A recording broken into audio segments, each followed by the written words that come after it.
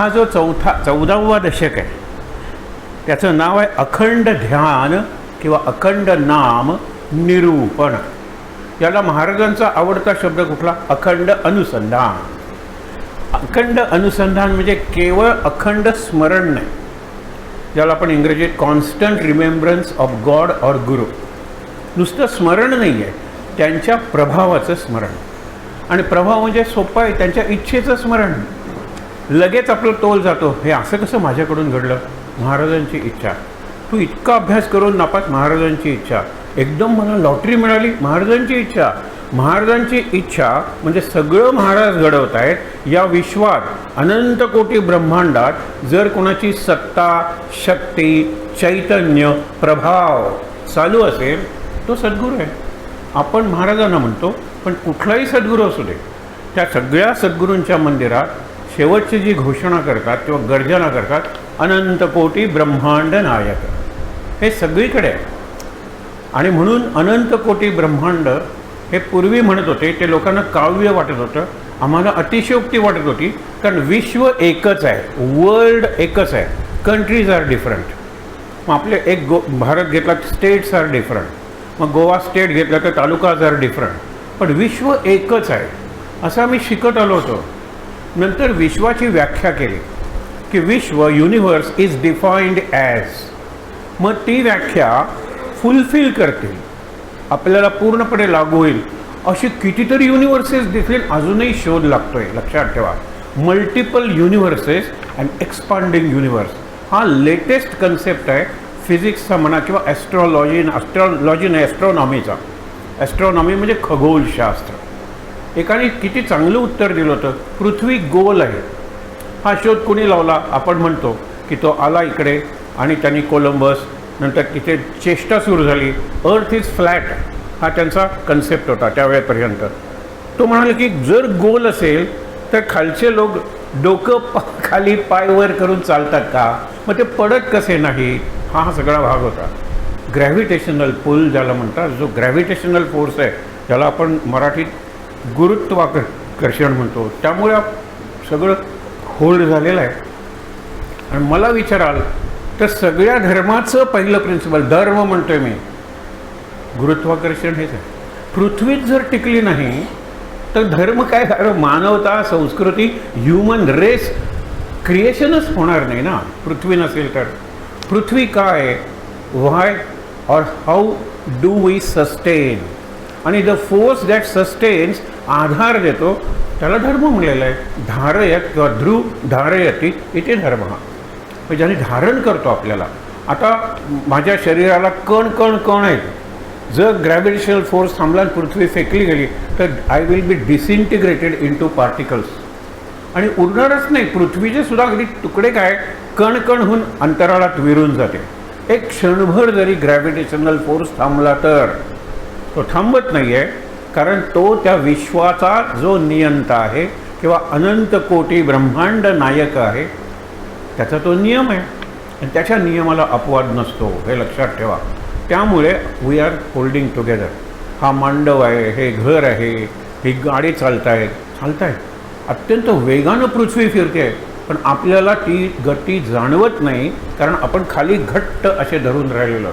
सोमनाथचं जे शिवलिंग आहे ते ज्यावेळेला खिलजीने त्याच्यावर आक्रमण केलं तेव्हा ते हँगिंग होतं की सगळ्या बाजून एवढे स्ट्रॉंग मॅग्नेट्स लावलेले होते आणि त्या मॅग्नेटिचा जो रिझल्टंट इफेक्ट होता तो नील केला होता आणि मध्ये ठेवल्यानंतर ते तिथेच रपलं तरंगणारं. अजूनही 1-2 ठिकाणी तुम्हाला हे दिसेल, स्ट्रॉंग मॅग्नेट्स चारी बाजूने लावले. एका बाजूने लावला तर ते खाली जाईल, वरून लावला तर वरती जाईल, डावीकडे, पण सगळीकडून सारखा जर मॅग्नेटिक फोर्स निर्माण केला तर इट विल बी स्टेशन और आपण म्हणतो situated in the middle, hanging in the air.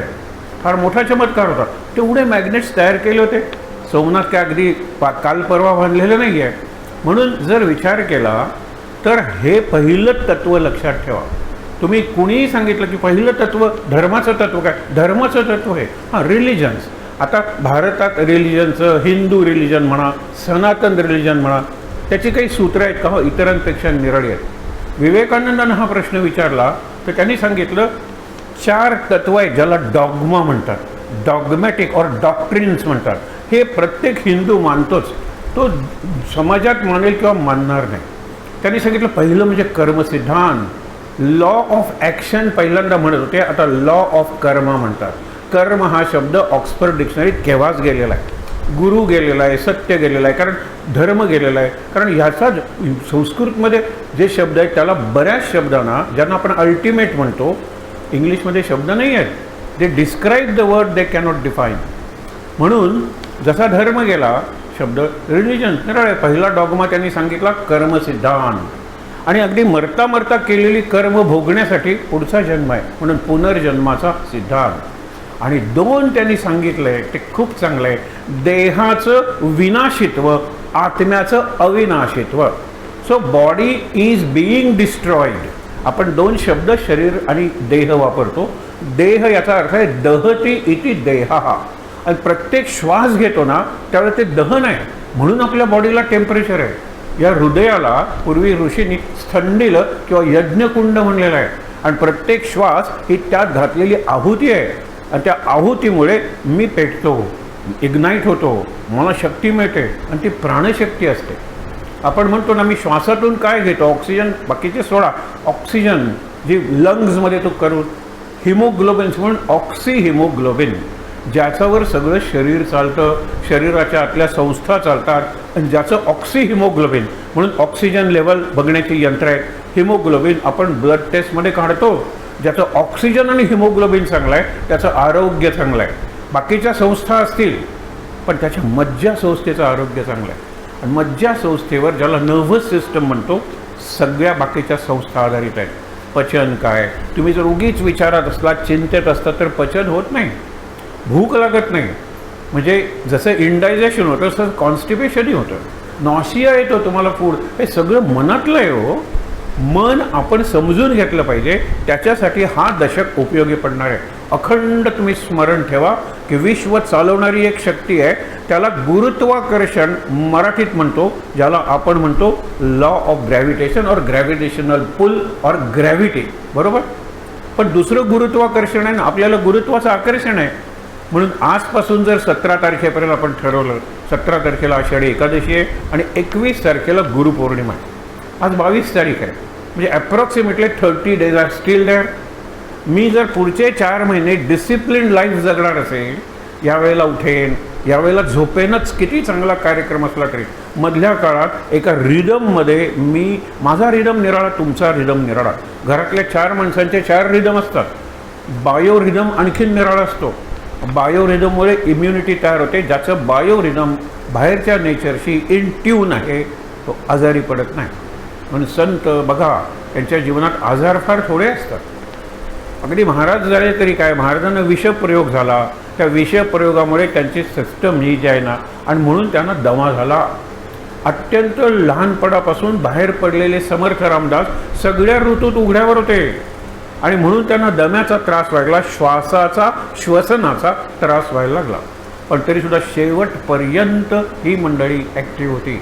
आपल्या सगळ्या जीवनाचं सार असे ते शब्द महाराज सांगून गेले ना, की जेथे नाम तेथे माझे प्राण, सांभाळावी खूण. बस, म्हणजे महाराज झाले, दुसरं काही नाही. हे काय सांगून गेले समर्थ, माझी काया आणि वाणी गेली म्हणालं अंतःकरणी. हा माणूस किती सावध आहे. त्याची निरनिराळी इंद्रिय, आपण म्हणतो ना की हल्ली मल्टिपल ऑर्गनाचं सगळे डिसऑर्गन व्हायला लागले, मल्टिपल फेल्युअर व्हायला लागलेलं आहे. इकडे औषध दिलं तर त्याला माल पडतं, आपण खोकणीत म्हणतो ना, हे दिलं तर त्याला अवघड होतं. मल्टिपल ऑर्गन फेल्युअर हा हल्ली आवडता शब्द आहे डॉक्टरांचा, आणि मग तो क्रमानं व्हेंटिलेटरवर ठेवतात तुम्हाला पाहिजे तितके दिवस, आणि नंतर तो संपतो. हे कशावर अवलंबून आहे? एक तुम्हाला केलं ऑक्सी हिमोग्लोबिन, आणि मी जे अन्न खातो त्याचं रक्तात रूपांतर झालं पाहिजे, ॲसिमिलेट झालं पाहिजे. आपण खातो त्याच्या निरनिराळ्या, हे सगळं तुम्ही उपासनेला लावू शकता. पहिलं आहे मॅस्टिकेशन और बायटिंग, अन्न मी चावतो, नंतर ते सगळं जिभेवर मी घोळवतो, नंतर ते मी गिळतो, गिळल्यानंतर ते आतड्यात जातं. त्यावेळेला महत्त्वाची क्रिया ॲब्सॉर्प्शन, डायजेशन, ॲब्सॉर्प्शन आणि ॲसिमिलेशन. या क्रिया आपण फक्त डायजेशनपर्यंत थांबतो. व्हॉट ॲब्सॉर्प्शन, डायजेस्ट झालं पण त्याचं रक्तात रूपांतर झालं पाहिजे. आपण बऱ्याच वेळेला म्हणतो हा खूप खातो, पण तरी बारीक तो बारीकच आहे. बघा, कारण अंगाला लागत नाही, मराठीत म्हणतात की त्याचं रक्तात रूपांतर होत नाही. The food is not getting assimilated into blood. या सगळ्याला एक महत्त्वाचा फॅक्टर आहे, तो म्हणजे मन. आणि मन तुम्हाला चांगलं ठेवायचं असेल तर अध्यात्म, शुद्ध अध्यात्म, प्युअर स्पिरिच्युअलिटी, शुद्धा भक्ती, शुद्ध नाम, याखेरीज उपायच नाही आहे, लक्षात ठेवा. याला ग्रेस म्हणलेलं आहे. आपल्याला ह्याचाही गुरुत्वाकर्षणच शब्द आहे. मला गुरुत्वाचं आकर्षण आहे, म्हणजे मला गुरुत्व माझ्या जीवनात महाराजांच्या रूपानं आलं, साईबाबांच्या रूपानं आलं, स्वामी समर्थांच्या रूपानं आलं, किंवा माझ्या कुलदेवतेच्या रूपानं आलं. मी ज्याची उपासना करतो ना ते माझं उपास्य दैवत आहे. कुलदैवत काय चालत आलेलं आहे, पण मी रामाची उपासना घेतलेली आहे. राम माझं उपास्य दैवत आहे, आराध्य दैवत आहे. सांगितलं ना, आराध्य दैवत आहे माझं राम. बघा, मग काय करायचं? जर आनंदात राहायचं आहे तर उपासनेत राहायला पाहिजे. कॉन्स्टंट उपासना हा 14वा हे दशक आहे. त्याचे निरनिराळे आहेत, निस्पृह वगैरे शब्द वापरलेले आहेत.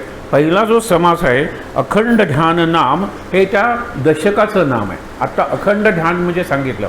एक सुंदर पुस्तक आहे, तुम्ही मिळालं तर PDF मिळवा, ग्रेस अँड ग्रॅव्हिटी. ग्रेस म्हणजे भगवंताची कृपा आणि ग्रॅव्हिटी म्हणजे पृथ्वीचं आकर्षण, फिजिकल आकर्षण. Gravitation is a topic in physics, लक्षात ठेवा. पण grace is topic in spirituality, अध्यात्म, फिलॉसॉफी, शरणागती, surrender, unconditional total surrender to god और गुरु. हे जमणार आहे का मला या दिवसात? 30 दिवस आहेत अजून. मी आषाढी एकादशीला किंवा गुरुपौर्णिमेला संकल्प करेन, महाराज पूर्ण शरण मला तुम्हाला जायला सांगा. माझ्यातला मी म्हणून मज विण तू मज दे रे राम, पावन भिक्षा दे रे राम.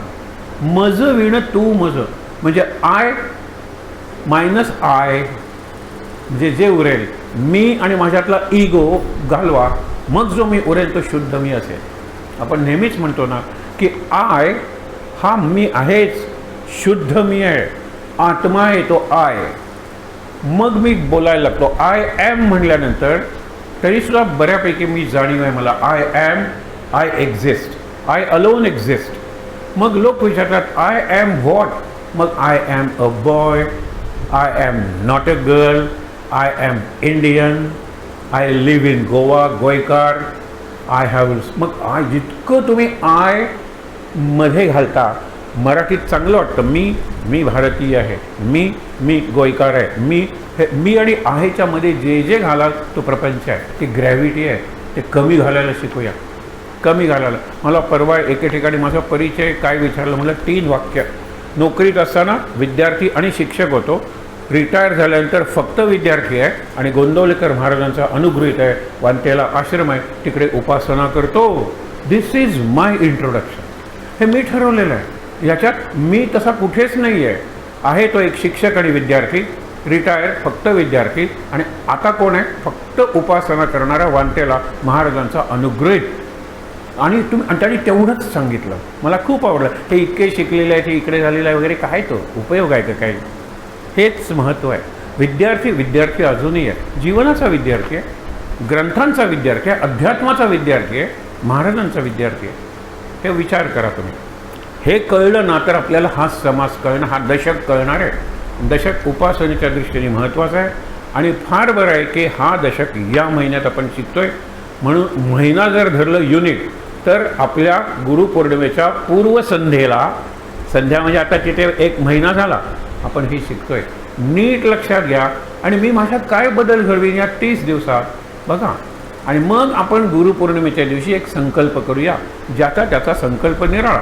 या केंद्राचाही संकल्प असू शकेल, पण संकल्प कसा पार पाडला जातो? वांतेला ज्या पादुका आहेत ना, त्या बेळगावला एका कुटुंबाने घेतल्या होत्या आणि त्यांना सांगितलं गेलं की तुम्ही इतका जप करा मगच पादुका आणायला जा.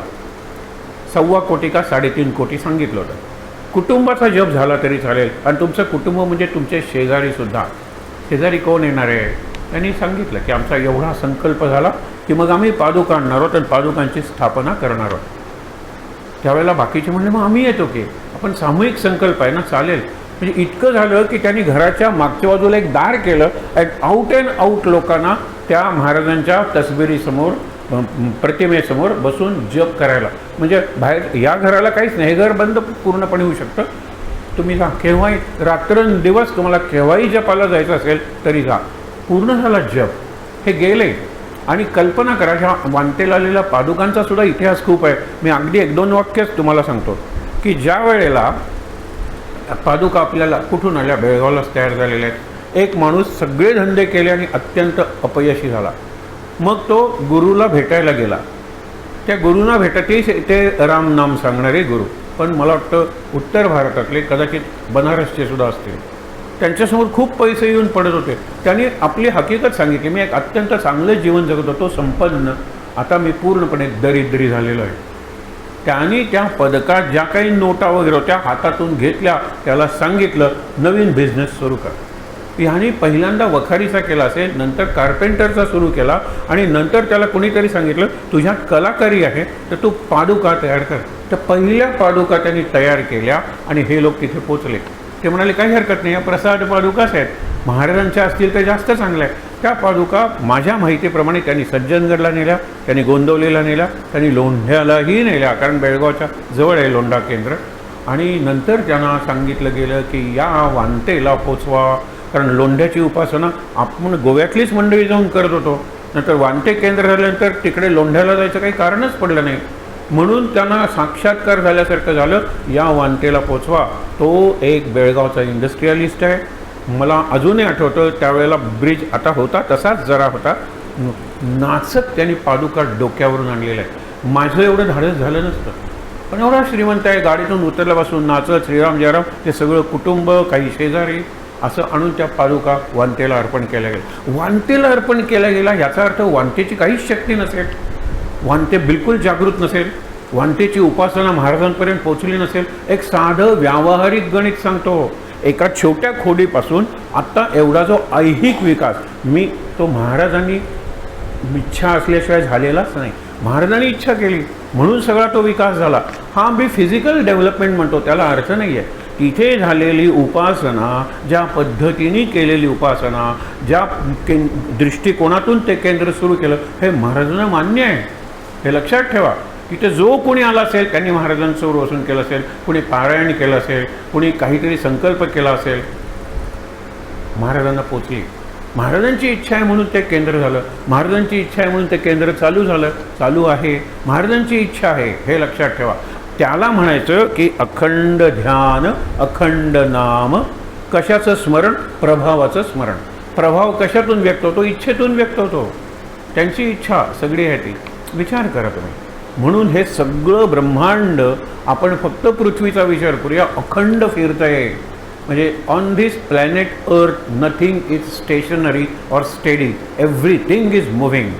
आपण सगळेजण फिरतोय. आम्ही नेहमीच उदाहरण देतो की अर्ध्या तासापूर्वी जरी उपासना सुरू झाली असेल किंवा तुम्ही 2 तासापूर्वी आलेले असाल, तर जिथे पृथ्वी स्पेसमध्ये आपली होती तिथे राहिलेली नाही आहे.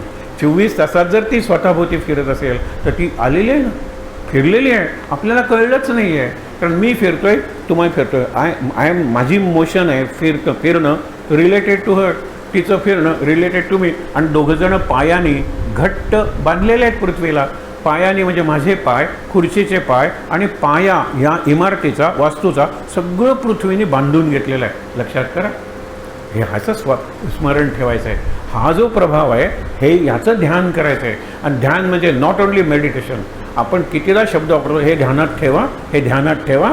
महाराज व्यापाऱ्याचं उदाहरण देतात की पहिल्यांदाच निघालेला आहे तो जीवनात निर्णायक तीर्थयात्रेला. कारण मुलगा आता एफिशियंट झालेला आहे, केपेबल झालेला आहे, त्याचा बिझनेस चालायला. मग तो त्याला पोचवायला येतो, बाबा बिलकुल विचार करू नका, मी चांगला आपला व्यवसाय चालवेन. आणि नंतर तो व्यापारी, गाडी शिट्टी वाजते, गाडी थोडीशी हलते, त्यावेळेला तो त्याला सांगतो कान इकडे कर, मी आपल्या तिजोरीची चावी मी बसतो हो. ते जे आसन आहे त्या आसनाच्या खाली ठेवलेली आहे. म्हणजे सगळ्यात महत्त्वाचं काय सांगितलं, ही खूण आहे. त्या चावीची खूण कुठली सांगितली? मी बसतो त्याच्या खाली. तुला खणावं लागेल कधी कधी, किंवा ते झाकण आहे ते काढावं लागेल डब्यासारखं, तिथे ती चावी आहे. ही खूण सांगितली. पण ही खूण प्रॉपर्टी सांगितली, ऐहिक संपत्ती. महाराजांनी कुठली खूण सांगितली? जेथे नाम तेथे माझे प्राण. प्राण म्हणजे मी जिवंत आहे. मला जिवंत प्राणवंत ठेवायचं असेल तर तुम्ही माझं नाम घ्या. जिथे नाम आहे तिथे मी आहे, आणि जिथे नाम नाही तिथे मी नाही. म्हणजे ज्या वेळेला आपण नामाशिवाय दुसरा विचार करतो, काम करताना तुम्ही नाम घ्या, स्नान करताना तुम्ही नाम घ्या, फिरताना नाम घ्या, क्यूमध्ये उभे आहात नाम घ्या, प्रवास करताय नाम घ्या. नाम घ्यायला काय अवघड आहे? नाम कशापेक्षा सूक्ष्म आहे. एक कथा सांगतो म्हणजे तुम्हाला कळेल. आणि हे मी का सांगतोय, कारण संकल्पाकडे आपण जायला पाहिजे. प्रत्येकाने संकल्प केल्याशिवाय आपल्याकडून नाम होणार नाही, आपल्याला अखंड ध्यान किंवा अखंड अनुसंधान साधणार नाही. हे लक्षात घ्या. आणि त्यामुळे महाराजांनी उदाहरण सांगितलंय, तुम्हाला माहीत आहे, पण क्रमाक्रमानं महाराज सांगतायत तुमचं जे साधन आहे ते सूक्ष्म झालं पाहिजे. आत्ता आपलं साधन काय? पळी आहे, अभिषेक पात्र आहे, की आरती आहे, एकारत आहे, पंचारत आहे, सगळं आहे. ही सगळी साधनं आहेत. आत्ता ती कॉन्क्रीट आहे, त्याला वजन आहे, त्याला आकार आहे, त्याला स्पर्श आहे. हळूहळू तुम्हाला जर माझ्यापर्यंत यायचं असेल तर साधन सूक्ष्म झालं पाहिजे. महाराजांनी उदाहरण सांगितले, पहिलं वाक्य सांगितल्यानंतर तुम्हाला ते उदाहरण कळेल. शेतकरी आहे, नांगरायला सुरुवात करताना शेजारी एक बीळ आहे, त्यातून एक नागिण बाहेर आली. तो म्हणाला की गेल्या वेळेला हिनेच दंश केल्यामुळे माझा मुलगा मरता मरता वाचला, आता हिला मी जिवंत ठेवत नाही. तो तिच्या मागे गेल्यानंतर ती पुन्हा बिळात गेली. मग ह्याने काय केलं? कुदळ घेतली आणि खणायला सुरुवात केली. त्यावेळेला एक साधू जात होता, त्याने विचारलं, नांगर असताना कुदळीने कशाला शेत नांगरतोयस, शेत खणतोयस? तो म्हणला, मी शेत नाही खणत, हे बीळ आहे आणि त्या बिळात मी खणून, कारण नागिण गेलेला ज्याने माझ्या मुलाला गेल्या वर्षी दंश केला होता. त्यावेळेला म्हणाले, अरे बीळ किती लांब असतं आणि तू किती खणणार आहेस? मग काय कर, हे कुदळ आहे ना त्याच्यापेक्षा सूक्ष्म, त्याच्यापेक्षा मृदू म्हणजे मऊ, सॉफ्ट असं काहीतरी साधन वापर. तो विचार करतो त्याच्यापेक्षा काय असेल तर वेट, बांबू, त्याला लाकूड. हे कुदळ आहे ते मेटल आहे ना, wood is softer than metal. मग ते बांबू अगदी ज्या वेळेला तो तरुण असतो कोळा, त्यावेळेला तो असं वेडा वाकडा तसा वागवता येतो. तर त्यांनी बिळात घातलं. मग तरीसुद्धा बीळ किती वेडं वाकडं असू शकतं? बीळ असं स्ट्रेट टनलसारखं नसतं, कारण ती इन्स्टिंक्ट आहे. मुंग्यांचं वारूळ बघा, त्या वारुळाचा तुम्ही व्हर्टिकल सेक्शन घेतलात तर किती निरनिराळे रस्ते तुम्हाला दिसतात. गुगलवर बघा, अँट हिल म्हणतात. त्या अँट हिलमध्ये entire community of ants is there. आणि ते बघितल्यानंतर मन थक्क होतं. आणि म्हणून त्यांनी सांगितले natural selection, struggle for existence and survival of the fittest. ही 3 तत्व सांगितलेले आहेत की पहिल्यांदा सगळेजण all are struggling for existence. मी एक्झिस्टन्ससाठी, सर्व्हायवलसाठी फक्त झगडणार आहे का? माणूस आहे मी. सर्व्हायवलच्या वर व्हॅल्यूज सुरू होतात. सर्व्हायवल काय, ते गायंडोळण, ते टच मी नॉट लजेचं झाड, ते सुद्धा सर्व्हाइव्ह होतात. ते टच मी नॉटला हात लावला की ते पान केलं जगायचं आहे. कल्पना करा, ही खायला आली तर तिला एक काटे असतात, माहीत आहे ना, म्हणून बकरी खात नाही. ते तिला सर्व्हायवलसाठी दिलेलं एक साधन आहे. थॉर्न्स आहेत आणि जरा झालं की पानं मिटली जातात. म्हणजे हे काटेच तोंडात येतात बकरीच्या, कारण सगळं बकरीचं तोंड लागलं की सगळं झाड मिटून जातं. सर्व्हायवल आहे. मी लाजणार आहे त्या लजेच्या झाडासारखं. लाज हा शब्द संस्कृतमध्ये सुसंस्कृत माणसाच्या दृष्टीनं निगेटिव्ह वापरला जातो. लाज नाही तुला? साधू संत विचारतात, माणसासारखा माणूस तू जनावरासारखं वागतोस, लाज नाही वाटत? परीक्षा जवळ आली आहे आणि अजून तू खेळतोस, मोबाईलवर बोलतोस, टी व्ही पाहतोस, लाज नाही तुला? लाज आहे मला हे ब्लशिंग, ज्याला ब्लशिंग म्हणतात. मुली लाजतात, मुलं लाजतात. हे शरीराचं किंवा भावनेतलं एक लाजणं आहे. ही लाज महत्त्वाची आहे. री हा शब्द आहे, री. ही री माझी शक्ती आहे. आणि स्त्री रूप असलेल्या माझ्या 7 शक्ती आहेत. फार सुंदर गीतेतला तो विचार आहे. या 7 शक्तीत मी असतो. त्याच्यात एक आहे री. बाकीच्या नंतर बघूया, लाज, लज्जा. ही लाज आपल्या शरीराची नाही, मनाची लाज आहे. आणि मनाची लाज जर वाटली तर तो उठतोच. मी काय जीवन जगतोय हे दारुड्याला वाटतं, त्यावेळेला त्याची दारू सुटते. एखादा ॲडिक्ट असेल, जर त्याला पश्चात्ताप झाला तर तो त्यातून सुटू शकतो. आणि म्हणून पश्चात्ताप आणि पाप हे दोन्ही एकमेकाला जोडलेले आहेत. पाप करा करणे, ह्युमन आहे ना, टू इज ह्युमन म्हणतात. माणूस आहे तर चूक ही व्हायचीच, माणूस आहे तर अपराध घडायचाच, माणूस आहे तर पाप घडायचंच. हे जस्टिफिकेशन नाही आहे, हे लक्षात ठेवा. पाप घडलं ना, आता का घडलं याच्यावर विचार कर आणि पश्चात्ताप. या पश्चात्तापाचं उत्कृष्ट म्हणजे वाल्या कोळी. वाल्या कोळीला पश्चात्ताप झाला, हे काय मी जीवन जगत होतो फक्त बायकोसाठी मुलांसाठी, आणि ते माझ्या पापात सहभागी नाही. केवढं पाप मी करून बसलो, पाप करून बसलो, करून चुकलो, केलं, आता पश्चात्ताप कर. Commit a sin and repent, then the gates of heaven will be open to you. बायबलमध्ये सांगितलेलं आहे. पाप होणार आहे तुमच्याकडून. पापाची जाणीव तुम्हाला जर तुमच्या गुरूंनी, तुमच्या शिक्षकांनी किंवा आईवडिलांनी करून दिली, बाबा हे तुझं चुकतंय, तर पश्चात्ताप झाला तर तुम्ही सुधारणार आहात आणि मग स्वर्गात तुम्ही जाऊ शकाल, म्हणजे आनंदात राहू शकाल. म्हणून पाप करणं हे क्षम्य आहे एका अर्थी, पण पाप केल्यानंतर पश्चात्ताप झाला तर भ्रष्टाचार संपेल. कारण कधीतरी मला वाटलं पाहिजे ना, अरे किती मी हा भ्रष्टाचार करतोय. भ्रष्टाचार करणाऱ्याला तरी उघड माहीत असतं हा भ्रष्टाचार आहे. त्याचं साधं काम करायला मी एवढे पैसे मागतोय हे माहीत असतं. जसं देणाऱ्याला माहीत असतं तसं घेणाऱ्यालाही माहीत असतं. केव्हा तरी थांबलं पाहिजे. हा पश्चात्ताप आहे, हा अखंड ध्यानासाठी उपयोगी पडतो. त्याला अनुताप हा शब्द आहे. आणि आपण मागे बघितलेलं आहे की अनुताप हे तीर्थ आहे. तीर्थक्षेत्रात जाऊन जर तुम्हाला अनुताप आत्तापर्यंतच्या जीवनाबद्दल झाला नाही तर गंगेत सोडलेली वस्तू 15 दिवसांनी तुम्ही पुन्हा खायला लागता. गंगेत मी हे सोडलं, मी ते सोडलं, मी ते सोडलं. हां, डॉक्टरने सांगितलं गोड सोडा, तर गंगेत गोड सोडणं हा काही शहाणपण आहे का? मला जगायचं आहे, कारण मला डायबिटीस आहे, हाय ब्लड शुगर आहे, मग मी गोड खाणं सोडलं, गंगेत गेलो ते सोडलं. मी आधीच सोडलं होतं किंवा आधीच सोडायचा निश्चय केला होता. पण बॉडी रिलेटेड आहे ते, बॉडी रिलेटेड. पश्चात्ताप माइंड रिलेटेड आहे. माझ्या डोळ्यांना पश्चात्ताप होत नाही, पश्चात्ताप मनाला होतो, पश्चात्ताप बुद्धीला होतो. आणि मग मी त्यातून बाहेर पडण्याचा प्रयत्न करतो. त्यासाठी अखंड ध्यान असलं पाहिजे. ध्यानात ठेवा. तो व्यापारी त्याला सांगतो ना, ध्यानात ठेवा किल्ली मी कुठे ठेवली तिजोरीची. आपण मुलांना सांगतो, जे वाचलेस त्यांनी ध्यानात ठेवा, त्यांनी लक्षात ठेवा. लक्ष म्हणजे अटेन्शन आणि ध्यान म्हणजे मेडिटेशन. आणि ह्या उपासनेतले शब्द आहेत की हो, फोकस्ड अटेन्शन. म्हणून म्हणतात मेडिटेशनची सुरुवात कॉन्सन्ट्रेशनने करा.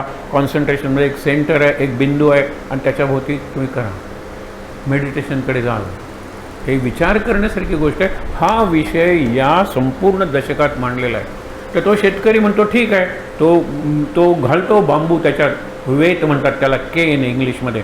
नाही का, दुसरा एक ओल्ड मॅन येतो. तो म्हणतो हे काय करतोयस? नाही, बिळात नागिन गेले, तिला मला बाहेर काढायचं आणि मारायचं आहे. तो म्हणतो अरे ह्यानी काय जाणार आहे, हा किती जाईल, जाऊन जाऊन इथपर्यंत जाईल. बिळ फार मोठं असतं. नंतर तो म्हणतो मग काय करू, ह्याच्यापेक्षा सॉफ्ट काहीतरी वापर. मग लाकडापेक्षा सॉफ्ट वॉटर, पाणी आहे, म्हणून तो विहिरीचं पाणी करतो आणि बिळात घालायला सुरुवात करतो. आणखीन एक वाईज मॅन येतो. वाईज मॅन म्हणतो हे तू काय करतोय, शेताला पाणी घालण्याची ही पद्धत आहे का? तुम्ही शेताला मी बिळात पाणी घालतोय कशासाठी? ती नागिण बाहेर आली पाहिजे. त्यावेळेला तो जाणता आहे, ज्ञानी आहे, वाईज मॅन आहे. तो म्हणतो मराठीत म्हण आहे ना, आयत्या बिळात नागोबा. नाग स्वतः कधी बिळ खणत नाही.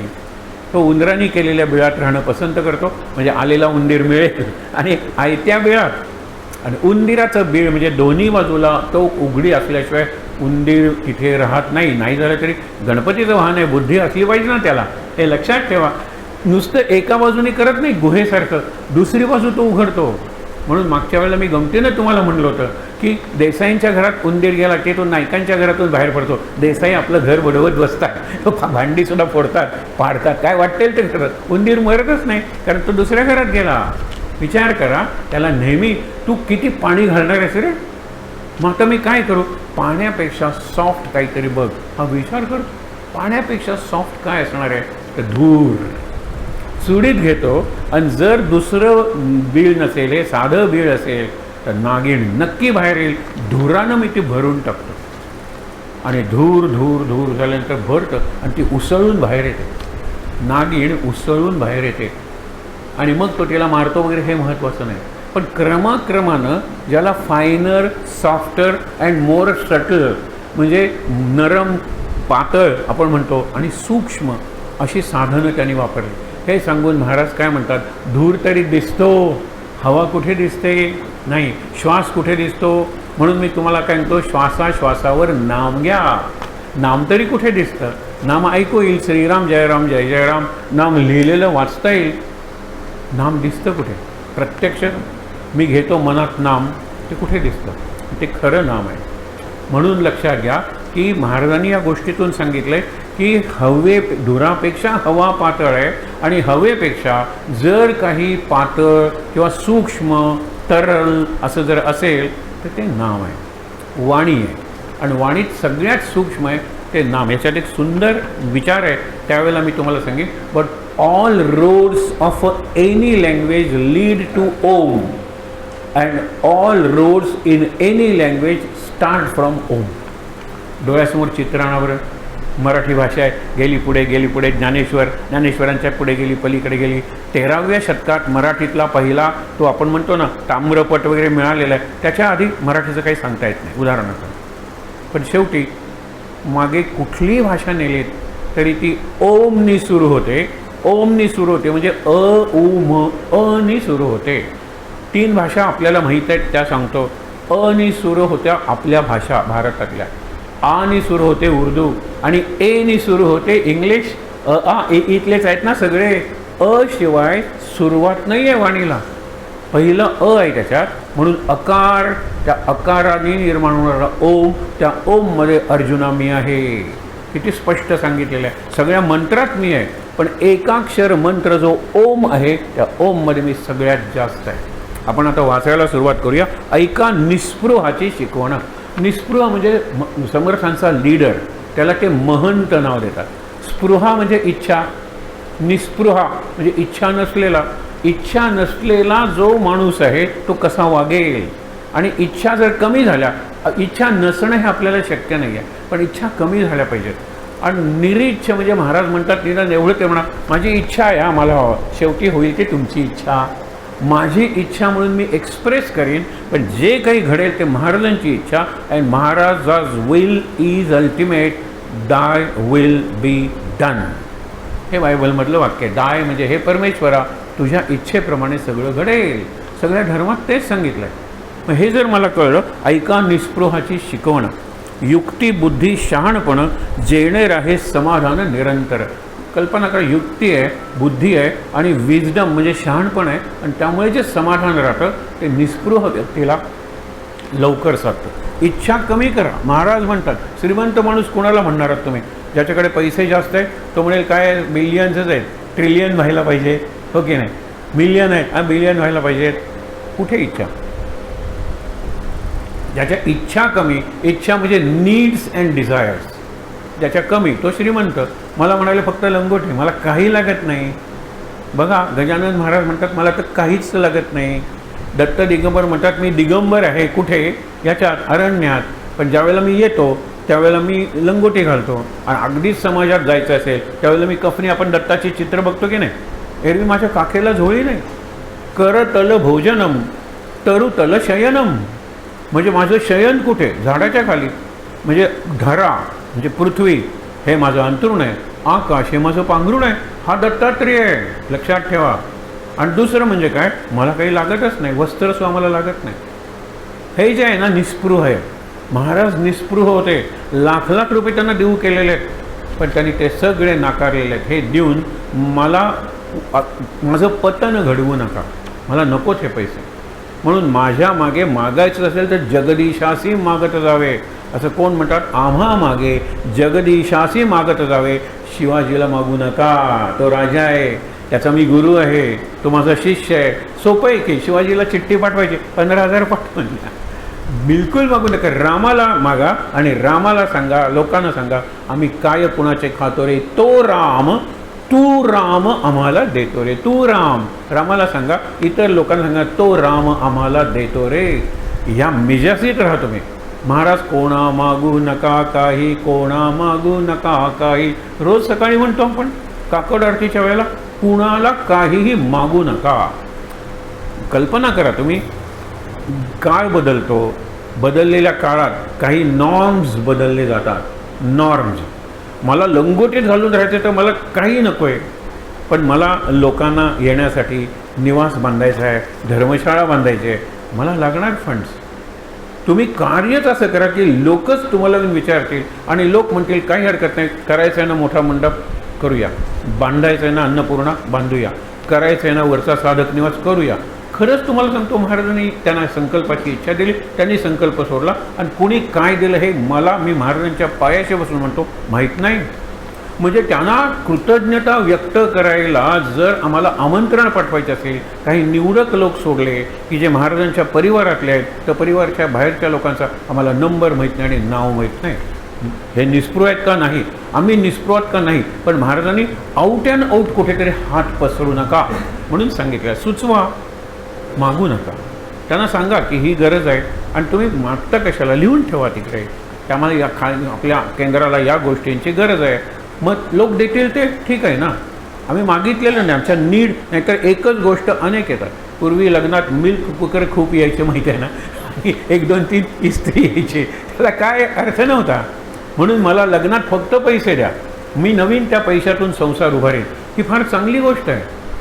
द्यायचं काय, उगीच घंटा दिला तर 50 घंटा देतील लोक, माझी घंटा का वाजवत नाही तुम्ही असं म्हणतील. आम्ही एकही घंटा स्वीकारले. लोकांना सांगितलं मंदिर नाही आमचं, आमचं हे उपासनेचं केंद्र आहे, आणि घंटा नाद हा उपासनेला केव्हा उपयोगी पडतो, माझी एकांतातली सूक्ष्म शांत ध्यानाची उपासना आहे त्यावेळेला.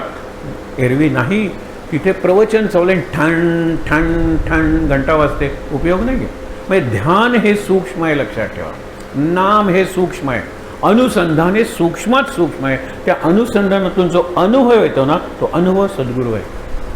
अनुभव हा अध्यात्मातला अंतिम शब्द आहे. फक्त विचार करा. आणि अनुभव is not experience, it is realisation.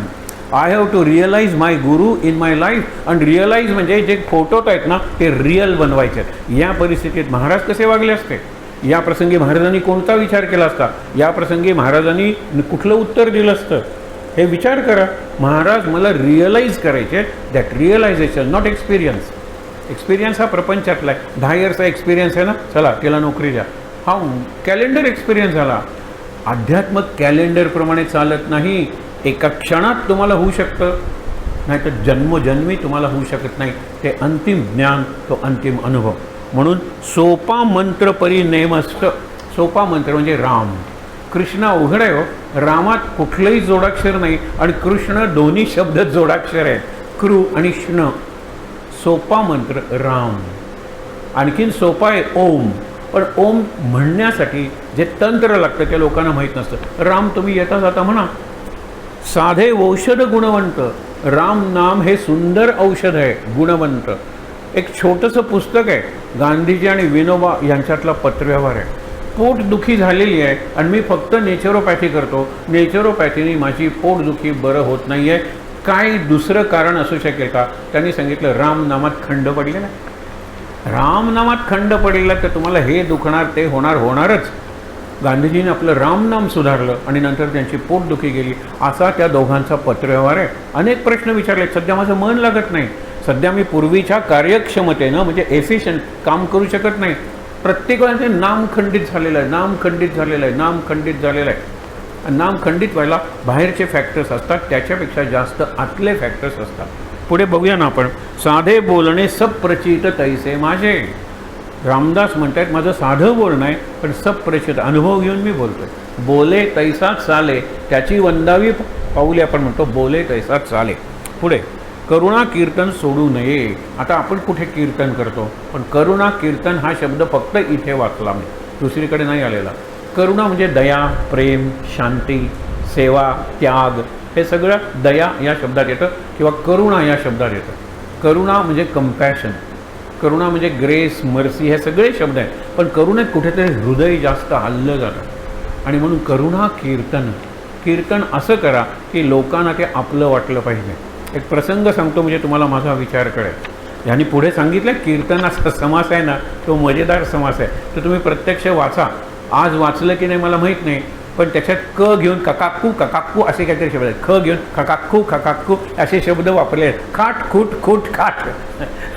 आणि शेवटी त्यांना सांगायचं कीर्तन करताना हे करू नका. कीर्तन करताना खटाखट कशाला पाहिजे सांगा बरं. काकू कशाला पाहिजे कीर्तन करताना? कीर्तन करताना आनंदात करा. तो समास मुद्दामून वाचा. त्यातल्या फार थोड्या ओव्या आपण घेतलेल्या आहेत नमुन्यासाठी, बाकी सगळं न घेतलेला नाही आहे, क्षपर्यंत थांबलेला आहे. बघा गंमत. तर म्हणून काय सांगितलं, करुणा कीर्तन सोडू नये, अंतर्ध्यान मोडू नये, प्रेमतंतू तोडू नये सगुण मूर्तीचा. प्रेमतंतू म्हणजे महाराजांच्याकडे प्रेमाने बघितल्यानंतर डोळ्यात पाणी आलं पाहिजे. मी ज्यावेळेला गंध लावतो त्यावेळेला प्रत्यक्ष स्पर्श करतोय, माझ्या सद्गुरूंना मूर्तीला नाही करत. हा भाव मनात असला पाहिजे. हा प्रेमतंतू आहे, प्रेमाचा धागा आहे. हे धागा म्हणजे हे नाही एक दुजे के लिए हे बांधतात ना, पहिल्यांदा राखीवर अशी सिनेमांची नावं लिहिली, त्यात एक दुजे के लिए, भैया तू आणि मी एक दुजे के लिए. असं नाही आहे तो धागा. हा प्रेमतंतू आहे. हा दिसत नाही तंतू, पण तो आहे, मी जोडला गेलेला आहे. कितीतरी उदाहरणं तुम्हाला देता येतील, पुढे देऊया. सलगी पडो देऊ नये. सलगी म्हणजे फार मैत्री. तुम्ही जर निस्पृह आहात, तुम्ही जर लीडर आहात, तर कीप सेफ डिस्टन्स. म्हणजे मुलांच्या खांद्यावर हात ठेवा, पण केव्हा ठेवा? When you are out of 4 walls of the classroom or school, premises of the school. तुम्ही पिकनिकला गेलेले असतात, चल रे आपण जरा दाखवत होतो, ठेवा ना खांद्यावर हात. पण प्रत्येक वेळेला खांद्यावर हात ठेवू नका. You have to keep safe distance. त्यांना जर तुमच्याबद्दल आदर वाटायचा असेल, प्रेम वाटायचं असेल, तर थोडं अंतर ठेवलं पाहिजे. अति सलगी करू नये. सलगी म्हणजे मैत्री. शिवरायाचे कैसे सलगी देणे पहा म्हणजे बरे.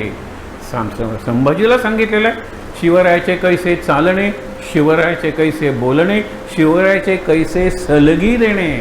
शिवरायांनी कशी मैत्री केली. 8 पत्नी शिवरायांनी काय 8 बायका पाहिजेत म्हणून केल्यात. जसे ते जनानखाना काढायचे, 300 बायका 350 बायका नाही. त्या घराण्याला सांगितलं, मी तुमचा जावईन, तुमची मुलगी माझी सून. आता आपल्या तह झाला, मुसलमानांच्या विरुद्ध लढताना आपलं दोघांचं सैन्य एक झालं पाहिजे. सलगी केली. तसं तू सलगी. संभाजी महाराजांनी ज्यावेळेला ते सुटले, आता नवीन इतिहास सांगितला जातो, हे आम्ही वाचलेला इतिहास सांगतो. त्यांना पन्हाळ्याला ठेवलं होतं, कारण त्यांच्या विरुद्ध तक्रारी आल्या संभाजी विरुद्ध. जिजाबाई सांगतात की आता तरी सोडा ना मुलाला, अग्नी द्यायला वगैरे नाही, सोडायचं नाही. मग शिवाजीला अग्नी दिला गेला, ते सगळं नंतर वाचा इतिहासात. संभाजीनंतर सुटल्यानंतर शिवाजी महाराजांची जे एकनिष्ठ होते त्या कुणाला तरी, मग कुणाला भिंतीत चिणलं, म्हणजे भिंत अनारकलीचं केलं ना तसं ठेवलं, बाजूने भिंत बांधून टाकली जिवंतपणी. कुणाला हत्तीच्या ह्याच्याखाली दिलं. सगळे शिर्के जवळजवळ संपवेन, कारण शिर्क्यांचा पाठिंबा शिवाजी महाराजांना होता. कदाचित शिवाजी महाराजांची एखादी पत्नी या शिर्के घराण्यातली असेल. म्हणून तेव्हापासून सगळं कुल नष्ट करणं, त्याला मराठीत शिरकाण हा शब्द आला. शिरकाण म्हणजे जिनोसाईड. सगळे शिर्के मेले नाही, पण तुम्हाला सांगतो संभाजीने ते सुरू केलं. आणि ज्यावेळेला संभाजी यायला लागला ते सगळेजण बंद करायचे. त्याला वाटायचं काय रिस्पेक्ट आहे आपल्याला. मी गेल्यानंतर मी रस्त्यातून जायला लागलो त्यावेळेला ते म्हणजे कसं झालं, हे आपण सांगतो ना, तो गब्बर सिंग सांगतो ना, माझं नाव घेऊन पोरांना झोपवतात, माझं नाव घेऊन त्यांना जेवायला घालतात. हा काही सन्मान आहे का? म्हणजे मी म्हणजे कुणी राक्षस आहे का? संभाजीला तेच सांगितले, तुला जर माणूस व्हायचं असेल तर तुझ्या वडिलांनी जसं वागलं त्याच्यापेक्षा जास्त चांगलं तुला वागायला पाहिजे. इतका वाईट तू वागलेला आहे. जनांचा प्रवाह थांबला, जन ठाई ठाई तुंबला म्हणजे खोटे, जनांचा प्रवाह चालला म्हणजे खरे. तुला काय वाटतं की तू आल्यानंतर सगळं चिडीचूप सगळेजण जातात, दारं खिडक्या बंद करतात आणि मी कुणीतरी मोठा सम्राट आहे, अरे राक्षस समजतात तुला. स्पष्ट लिहिलं पत्र. आणि हा प्रसंग नंतर कधीतरी तो प्रसंगच सांगेन की शिवाजी यांनी समर्थांच्याला हा घडला असेल नसेल, पण चांगला प्रसंग आहे, घडला असेलही. पुढे बघूया आपण. सलगी पडू नये, प्रतिग्रह घेऊ नये, सभेमध्ये बैसू नये सर्व काळ. हे सभा म्हणजे काय, 4-4 एकत्र बसतात गजाली करायला. आपण म्हणतो ना, गजाली कशाला करता, किती करणार आहात, म्हणजे गॉसिप, चाड्या चुगल्या निरनिराळ्या कशाला करता. मर्यादेत राहा. सगळ्या गोष्टीला एक मर्यादा पाळा. 4 जायचं तर अर्ध्या तासात परत यायचं आहे. बऱ्याच वेळेला आपण सांगतो, ज्यावेळेला तुमची उपासना अगदी जोरात चालू असते आणि तुम्हाला बाहेर यायचं असतं, त्यावेळेला आतून मी 5 मिनटं वेळ देणाऱ्या माझ्या मित्रांना, बायकोला सांगितलं असतं 6व्या मित्राला ये, अहो त्यांचा फोन आला आहे, महत्त्वाचं काहीतरी तुम्हाला गेलं पाहिजे. मला गेलं पाहिजे म्हणजे तुम्हाला उठलं पाहिजे ना समोरच्याना, मला कुठेच जायचं नसतं. हे करावं लागतं. हे मी खोटं बोलतो कशासाठी? महाराजांसाठी. कशासाठी? उपासनेसाठी, साधनेसाठी. हे अलाउड आहे. जर चांगल्या कामासाठी जर तुम्हाला प्रसंगी खोटं बोलायला लागलं, खोटं बोलण्याचं लायसन्स नाही आहे. हे चांगल्या कामासाठी. गाय एक धावत गेलेली आणि कसाई सुरा घेऊन आलेला आहे आणि तो साधूला विचारतो की आता गाय कोणत्या दिशेने गेली, डावीकडे का उजवीकडे का समोर. साधूंनी बघितलं असतं गाय डावीकडे गेलेली आहे, उजवीकडे गेलेली आहे. तो जातो तोपर्यंत गाय बऱ्यापैकी दूर गेलेली असेल. गायीचा प्राण वाचवण्यासाठी साधू खोटं बोलला. दुसऱ्या अशीच गोष्ट सांगितली जाते, ती मुलगी आणि त्याच्यामागे गुंड लागलेले आहेत. ती मुलगी आत्ता समोर गेली, कुठून गेली, तर तो सांगतो मला दिसत नाही आहे आणि मला बोलता येत नाही. मी काय तुमच्या प्रश्नाचं उत्तर देणार आहे. तोपर्यंत मुलगी बऱ्यापैकी दूर गेलेली असते. मुलीला सावध करायला, दुसऱ्याची मदत मिळायला जो वेळ पाहिजे तो या साधूच्या मौनामुळे मिळाला. खोटं बोललेला आहे तो, त्याला चांगलं दिसत असतं आणि बोलता येत असतं, पण खोटं का बोलला, त्या मुलीवर होणारा अत्याचार टाळला जावा, तिला वेळ मिळावा यासाठी. एवढंच सांगितलेलं आहे. बघा तुम्ही कितीदा तरी आपल्या जीवनात प्रसंग येतात, आपण बोलतो आणि व्यवहारात बोलावंच लागतं नाही का, बरोबर. म्हणून एक फॉर्म भरून घेतात शिक्षकांकडून विशेषतः. त्याच्यात एक असतं, तुम्हाला किती मावशा, काक्या, आत्या, आज्या आहेत ते लिहा. कारण तू प्रत्येक वेळेला मावशीला आजारी पडून कॅज्युअल लिहणार आहेस. किती मावशी आहेत लिही ना, मी अकाउंट ठेवेल. आणि त्यावेळेला आजी गेली म्हणून त्यांनी रजा घेतलेली आहे आणि एक्सपायर झाल्यानंतर कोणी रजेला नाही म्हणत नाही. दुसऱ्या वेळेला म्हणतो आजी आजारी आहे, तिला हॉस्पिटलमध्ये न्यायचं आहे. किती आजी आहेत तुम्हाला, कारण एक आजी आधीच मेलेली आहे, एक जिवंत आहे ती गेल्या वर्षी मेली, आता कुठली आजी आहे. नाही, हे विश्वची माझे घर, तर विश्वात जा ना, शाळा सोडून विश्वात जातो, विश्वचे माझे घर काय, हे लक्षात ठेवा. असं खोटं बोलायचं नाही, उघड उघड खोटं बोलता तसं नाही करायचं. सलगी पडू नये. प्रतिग्रह म्हणजे साठवायचं, दान घ्यायचं लोकांच्याकडून. दान घेणं फार थोड्या लोकांना सांगितलं. संन्यासी लोकांना, तपस्वी लोकांना, वैराग्यांना, म्हणजे जे विरागी आहेत, वैराग्य घर सोडून आलेले आहेत, त्यांना दान घेण्याचा अधिकार आहे. पण दान किती घ्यायचं, जास्तीत जास्त 1-2 दिवस पुरेल इतकंच. दुसऱ्यानंतर दिलं तरी तुम्ही दुसऱ्याला द्या, माझ्याकडे 2 दिवसाचं आहे. गृहस्थांनी 4 दिवस, संन्याशांनी 2 दिवस, आपल्याला पुरेल एवढंच घ्यावं, हा सिद्धांत आहे. आता तुम्ही म्हणाल की नाही मला 4 दिवसांनी काय होणार आहे, माझा मुलगा आत्ता 10वीला आहे, पुढे नको का करा, करा ना. पण किती पिढ्यांसाठी तुम्ही संपत्ती साठवणार. मराठीत म्हणतात ना, 7 पिढ्यांना पुरेल एवढी मी संपत्ती केलेली आहे. कशाला 7 पिढ्या बघितल्या आहेत का तुम्ही, नाही ना. म्हणून विचार करा. पुढे सांगितलं नित्यनेम सांडू नये. नित्यनेम सांडू म्हणजे सोडू नये. अभ्यास बुडो देऊ नये. परतंत्र होऊ नये काही केल्या. परावलंबी होऊ नका. असे कितीतरी संस्था आहेत. ज्ञानप्रबोधिनी पुण्याचे, ती मंडळी आमच्याकडे राहायला आल्यानंतर सकाळी उठल्यानंतर, आमच्यापूर्वी ते उठलेले असायचे, टेरेस स्वच्छ करायची, अंगण स्वच्छ करायची, तण असेल तर तण काढून टाकायची. आम्ही तुमच्याकडे झोपणारे आणि जेवणार आहे ना, तर आधी आम्ही तुमची काहीतरी सेवा करतो. आणि गप्पा मारताना ते सांगतात काय कशाची गरज आहे, त्याप्रमाणे ते सेवा करतात. हे दुसऱ्यावर अवलंबून नसतात, हे लक्षात ठेवा. पुढे आणखीन सांगितलं आहे, त्यावेळेला बघूया. कर्ममार्ग सांडू नये, वैराग्य मोडू नये, ज्ञानमार्ग सोडू नये कदाकाळी. कर्म सोडू नका, कर्तव्य आहे आपलं, ते कर्तव्य धर्मभावनेने करा. त्याला स्वधर्म म्हणलेलं आहे, स्वधर्म म्हणून ते कराच तुम्ही. वैराग्य मोडू नये, म्हणजे वैराग्य ही मनाची स्थिती आहे, वैराग्य हे कृतीतलं नाही आहे. पण मला तुला पाहिजे ना जास्त आहे ना, हे घेऊन जातो, हे तू घेऊन जा, हे घेऊन जा, असं द्यायला शिकलं पाहिजे. मी तुम्हाला सांगितलं ना, माझा एक मित्र आहे, त्याचा अत्यंत आवडता असा महाराजांचा मोठा फोटो होता. समोरच्या घरातली माणसं जी कानडी होती, त्यांची भाषाही कळत नव्हती, येत जात नव्हते, परंतु जाता येता ते नमस्कार हात जोडायचे, हे त्याच्या लक्षात आलं होतं. म्हणलं बोलूया त्यांना कधीतरी. पण त्याच्या आधीच त्यांची बदली झाली, घर सोडायचं झालं. त्यावेळेला सगळं कुटुंब ह्यांच्याकडे आलं, सगळ्यांच्या डोळ्यात पाणी आहे महाराजांना बघून. 12वी नंतर एक इंटरव्ह्यू होते, एंट्रन्सचे, ती मुलगी आता दूर गेले होते, तिथून स्कूटर घेऊन आली, काही तासांचा प्रवास होता, ते फक्त महाराजांना नमस्कार करायला. कारण आत्तापर्यंत प्रत्येक परीक्षेत मला चांगलं यश मिळालेलं, मी खूप अभ्यास केला होता, पण still I needed blessings and blessings of this Maharaj.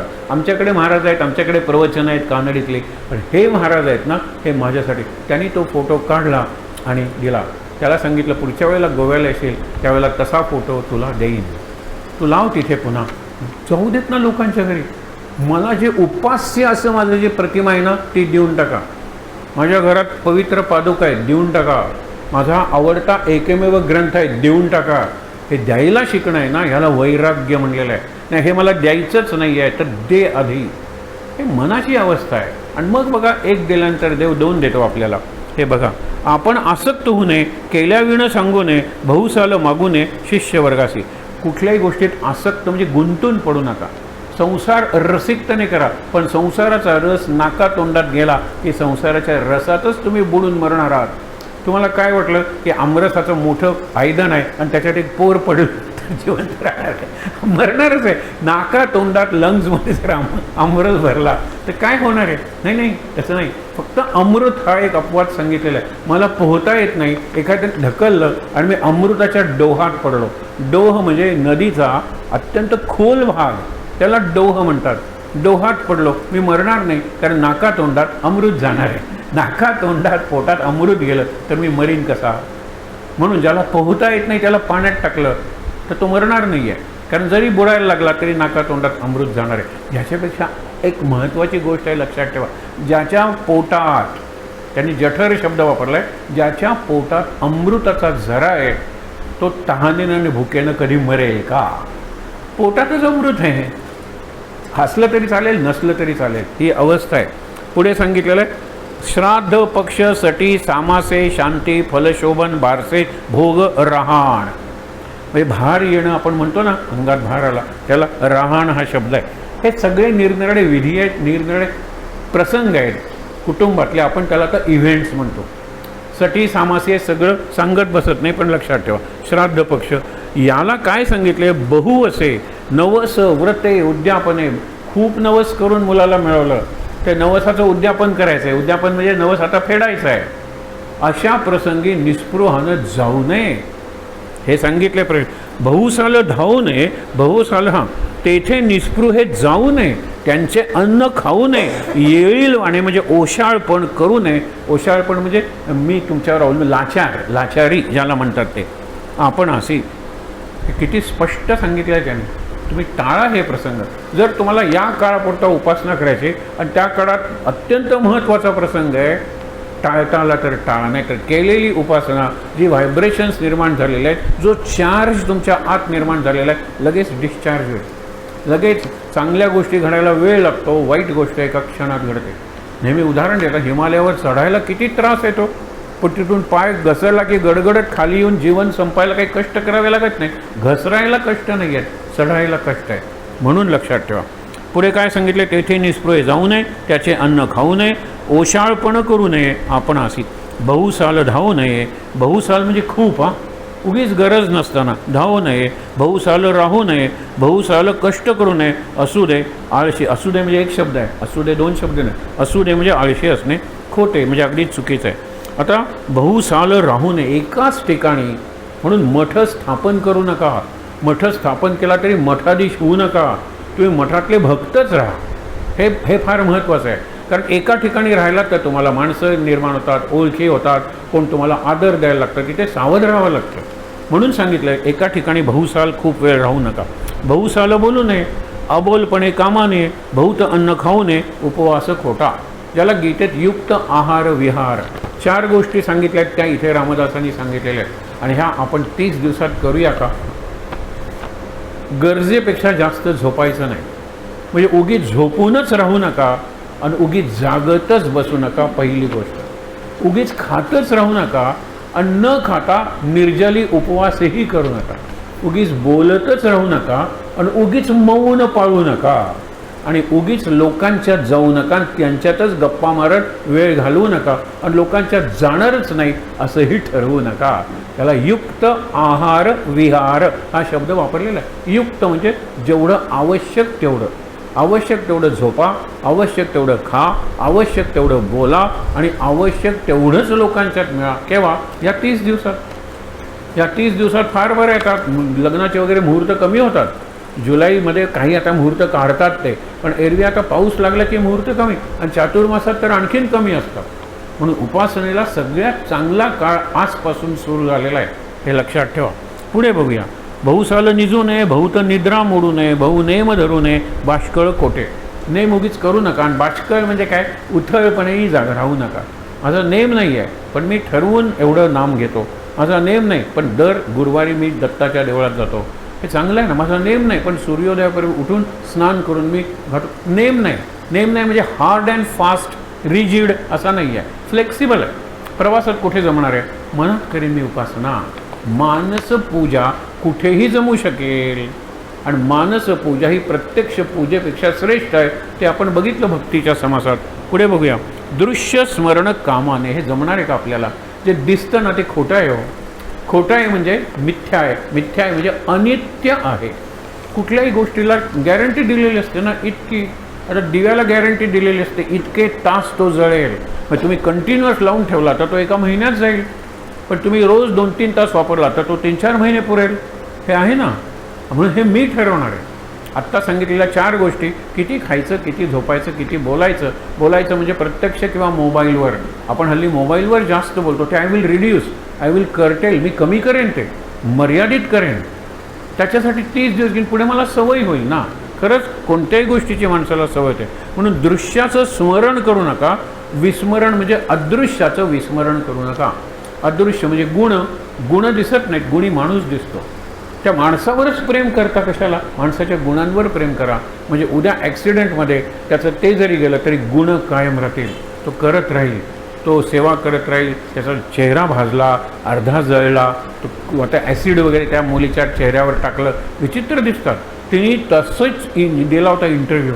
कारण समाजात जागृती झाली पाहिजे. ॲसिड टाकणं थांबवणं हे अवघड आहे. पण ॲसिड टाकलेल्या मुलीला तुम्ही वाळीत टाकता, बॉयकॉट करता, ते किती वाईट आहे. म्हणून म्हणाले मी, इतकी विचित्र दिसत होती ती, प्रचंड विचित्र दिसत होती. ॲसिड म्हणजे काय? नाक जळतं, डोळे जातात, एक असे भयंकर होतं ते.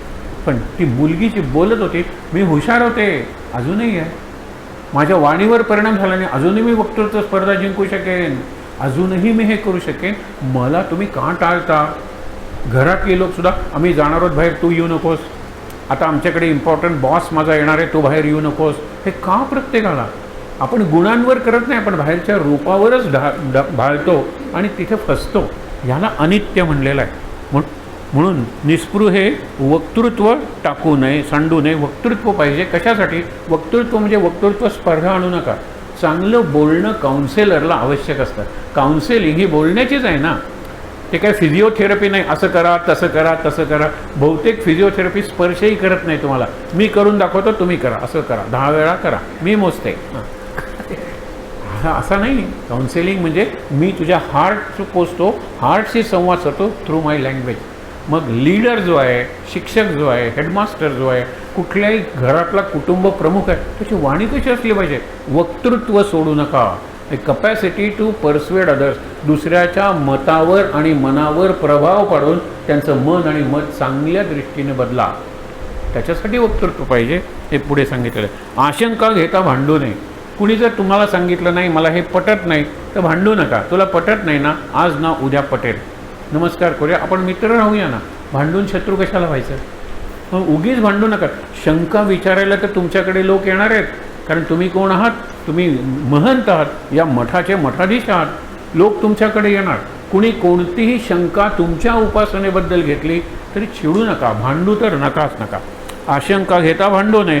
श्रोतयांचा मानू नये वीट कदा. आणि श्रोत्यांना वीट येईल इतकंही वक्त्याने बोलू नये, हेही खरंच आहे. दोघांचा श्रोता वक्ता श्रीराम समर्थ. हे शिकवण धरिता चित्ती सकळही सुखे ओळगती. वश होतात, प्रसन्न होतात, सगळी सुखं तुम्हाला मिळतील. हे वर सांगितलंय तसं तुम्ही जगा. आपण काही मठाधीश नाही आहोत, आपल्याला सगळं त्यागायला जमणार नाही, पण काहीतरी त्याग टू सम एक्सटेंट. आणि ते वाढवत जाऊया. लोकांना पर्सेंटेज कळतं. रामकृष्ण विवेकानंद माझा टॉपिक होता. माझा एक चांगला मित्र, ज्याचा प्रभाव माझ्या विचारांवर पडलेला आहे, उपासनेवर पडलेला आहे, त्यांनी फोन, अत्यंत चांगला टॉपिक आहे, उद्यापासून बोलायचं आहे ना. म्हणलं हो, 10 दिवस बोलणार आहे. आज रात्री विचार कर, माझ्यात किती % रामकृष्ण आहे आणि किती % विवेकानंद आहे. पहिल्यांदा आमच्यात 80% विवेकानंद होते आणि 20% रामकृष्ण होते. आणि आता विचाराल तर 90% रामकृष्ण आहेत, 10% विवेकानंद आहेत. विवेकानंद घडवू शकतात रामकृष्ण, हे लक्षात ठेवा. विवेकानंद समाजातून पण शक्ती, आत्मशक्ती आहे ना विवेकानंदांकडे, आणि ती आत्मशक्ती रामकृष्णांनी त्यांना दिलेली आहे. म्हणून तू स्वतःच्यात किती % आहे, हळूहळू तो विषय ज्या ज्या वर्षी मी म्हणला, ज्या ज्या वेळेला म्हणला, माझ्यातलं रामकृष्णांचं पर्सेंटेज वाढत गेलं. कारण मी सद्गुरूला शरण जात राहिलो. विवेकानंद मोठेच होते, त्यांच्यामुळे रामकृष्ण जगाला माहीत होते. पण रामकृष्ण मोठे होते म्हणून विवेकानंद तयार झाले, हे अगदी खरं आहे. तुम्हाला 2 वाक्य सांगतो विवेकानंदांच्या प्रचारात. इथे काही तरुण आहेत, त्यांनी मुद्दामून विचार करायचा. बुडवून टाका सागराच्या तळाशी तुमचे 33 कोटी देव म्हणलेले आहे. एकच देवी यापुढे 50 वर्ष भारत माता पूजा कर. आपला देश पुन्हा क्रमांक 1 जगात होईल जसा तो पूर्वी होता. विचार करा. काही दिवसांनी म्हणतात जर एक रामकृष्ण एक विवेकानंदांना घडवत असेल तर 50 कोटी रामकृष्णांची देवरूपात पूजा करायला तयार आहे. 50 कोटी देव चालतील. पण देवानी घडवला पाहिजे असा भक्त, जसा गुरुनी आपला शिष्य घडवला, रामकृष्णांनी मला घडवलं. 50 कोटी देवांची पूजा करायला मी तयार आहे, हे लक्षात घ्या. पुढे काय सांगितलेलं आहे? आता हे शिकवण धरिता चित्ती सकळ सुखे ओळगती अंगी बाणे महंती अकस्मात. आता हा आता पुढचे समास अगदी सोपे आहेत. हा महत्त्वाचा समास सांगितला. संकल्पासाठी हा समास महत्त्वाचा आहे म्हणून उदाहरणं वगैरे दिली. आता भिक्षा निरूपण. भिक्षा संप्रदाय कुणापासून सुरू झाला? दत्तात्रेयांपासून. आणि दत्तात्रेय भिक्षा का मागतो? भिक्षा म्हणजे भीक नाही. भिकारी दारात येतो तो स्वतःसाठी मागतो, आणि भिक्षेकरी येतो तो समाजासाठी मागतो.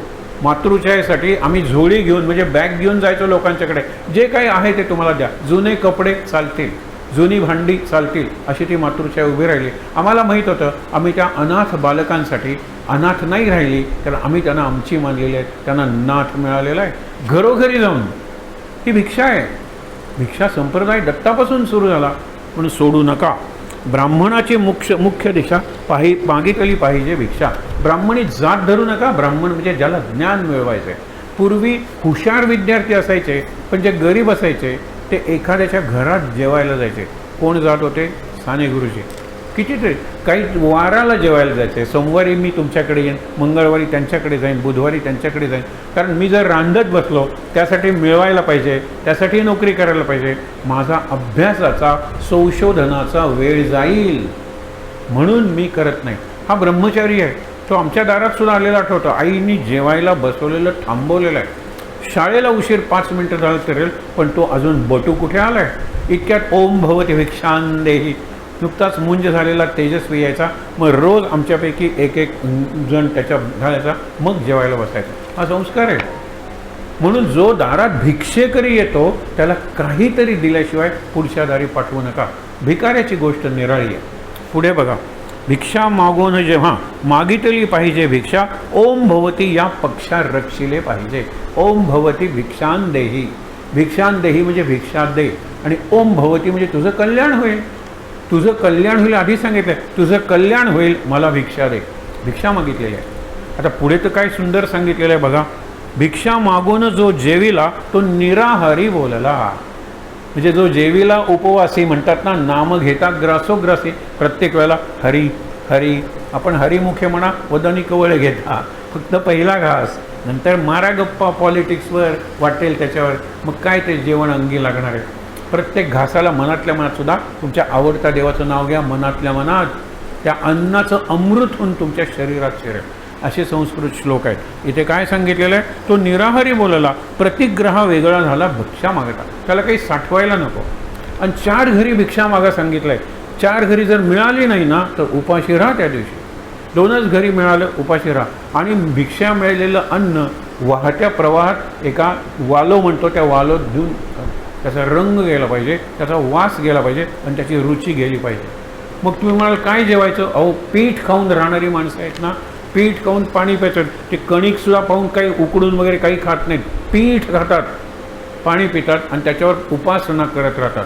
तुम्ही गाणगापूरला गेलात तर तिथे भिक्षा मागणं हा तुमचा अधिकार आहे, आणि भिक्षा घालणं हा गृहस्थाचं कर्तव्य आहे. म्हणून ते जातात की दत्ता हे काम कर, मी 12 पौर्णिमा पुढच्या वर्षात या गाणगापूरला येऊन प्रत्येकाला घालीन अन्न. आणि ते येतात, मागतात, हक्कानं मागतात, आणि मी कर्तव्य भावनेने त्यांना घालतो. हे महत्त्वाचं आहे. या भिक्षाहारी त्यांनी सांगितलेलं आहे. निराहारी प्रतिग्रह वेगळा झाला, त्याला संग्रह करावा लागत नाही. आणि ते तसं का करायचं माहीत आहे ना? तुम्ही बारीक बघावं. हे लहान लहान मुलं भिक्षा मागायची हो. ती शाळेत शिकायची, घरी गरिबी, 4-4, 5-5 पोरं. मग सांगायचे तू या घरी भिक्षा माग. आता मला जर कळलं की नायकांच्याकडची भाजी देसाईंपेक्षा बरी आहे, तर नायकांच्या झाली का भाजी ओम भगवती भिक्षांदेही, आणि देसाईंचं रोज चांगला आहे, रोज झाला का ओम भगवती भिक्षांदेही कटोरा आणलेला आहे. ठीक आहे, सगळे कुणाकडे काय मिळतं विचारच करू नका, कारण गंध रंग रुची घालवा. हा केशरी भाग जाऊ दे, तो रंग. हा पुलाव आहे जाऊ दे की स्वाद रंग, रंग गंध काय मस्त गंध येतोय नाही, नाकाने आपण भजी खातो आधी आणि नंतर भजी विकत घेतो, माहीत आहे ना. तो गंधही नको, तो रसही नको, ती रुचीही नको, स्वाद आपण ज्याला म्हणतो ते, अशी भिक्षा. म्हणून ती घाल. आणि बहु येता घ्यावे मुष्टी एक, हे पुढच्या ओवीत वाचणार आहोत. खूप भिक्षा मिळाली तर एक मुठभर द्या, बाकीचे इतरांना देऊन टाका. महाराजांनी श्रीमंत खरा कोण बघायचं ना तुम्हाला गोंदवल्यात तर बघा. महाराज म्हणतात उद्या भिक्षा मागून अन्न मिळवायचं, अन्न किंवा धान्य, आणि त्याचं हे करून जेवायचं. उद्या संध्याकाळी पूजा करायची, सत्यनारायणाची, आणि त्याला सगळं अन्न भिक्षा मागून. त्यावेळेला ठीक आहे, आता भिक्षा मागून लोकांनी धान्य दिलं, हे दिलं, सगळं दिलं, पण तरीसुद्धा मुठभर दिलं, साकभर दिलं, तरी बरंचसं राहिलं ना घरात. इतक्यात एक रामदास हे जो ओढा आहे त्या ओढ्याच्या काठी झोपडीत राहत होता, आणि तो भिक्षा मागून आला, झोपडीत प्रवेश करत होता. महाराज म्हणाले ओम भगवती भिक्षांदेही. म्हणाले आज या संध्याकाळी पूजेचा प्रसाद घ्यायला आम्ही भिक्षा मागून प्रसादाची व्यवस्था केलेली आहे. तो म्हणाला असं आहे. त्यांनी आपली सगळी झोळी महाराजांच्या झोळीत ओतली. महाराज म्हणाले हा खरा श्रीमंत. आज मी काय खाऊ, आत्ता मी काय खाऊ विचार केला नाही, सगळं देऊन टाकलं. हे सगळं देणं हे महत्त्वाचं आहे. पुढे बघूया. संता संत जन संत असंत कुठे कोरान्न मागून करी भोजन. कोरान्न मागतात म्हणजे काही म्हणतात कोरं अन्न म्हणजे न शिजवलेलं अन्न, कच्चं द्या आम्हाला, साधं द्या, हे केलेलं चालेल, कोरान्न म्हणतात. मागून करी भोजन तेणे केले अमृत प्राशन प्रतिदिन. भिक्षेचं अन्न जो खातो तो अमृत प्राशन करतो. म्हणून आपण गोंदवल्याला जातो, निरनिराळ्या क्षेत्रात जातो, तिथे जो प्रसाद असतो त्या प्रसाद म्हणतो काही छान झाला आहे नाही, ते छान झालेला हे नसतो, शिरा नसतो, तो प्रसाद असतो. तो भात नसतो, तो प्रसाद असतो. म्हणून गोंदवल्याची आमटी, ती आमटी नसते, तो प्रसाद असतो, ती चांगलीच लागते. विचार करा. आणि म्हणून आमचे काही उत्साही लोक गेले होते सुरुवातीला गेले स्वयंपाकघरात, ती आमटी कशी करतो, प्रमाण काय म्हणाले, राहणार आहात ना, हो उद्या राहणार आहोत, या देवघर आमच्या स्वयंपाकघरात या. आमटी एवढा मोठा तोप, त्याच्यात तिखट घालतायत, बारक्या बादल्या असायच्या घालतात वगैरे. थांब, आतून सांगायचे महाराज पुरे, मीठ आतून सांगायचे महाराज पुरे. आता मी काय प्रमाण सांगू तुम्हाला. मग कळलं त्यांना आपला 1.5 चमचा 2 चमचे एवढा आपला संसार असतो, तिकडे केवढं करायचं आहे. तर महाराज म्हणतात तुम्ही कशाला करता, मी करतो स्वयंपाक. म्हणून म्हणाले आम्ही मीठ घालतो वगैरे, चाल छोट्या छोट्या बादल्या घालायचं, आता पुरे. महाराज म्हणतात मग मी थांबतो. हे सांगितलेलं आहे. इथे रेसिपी नाही आहे काही वस्तू तयार करण्याची. पुढे बघा.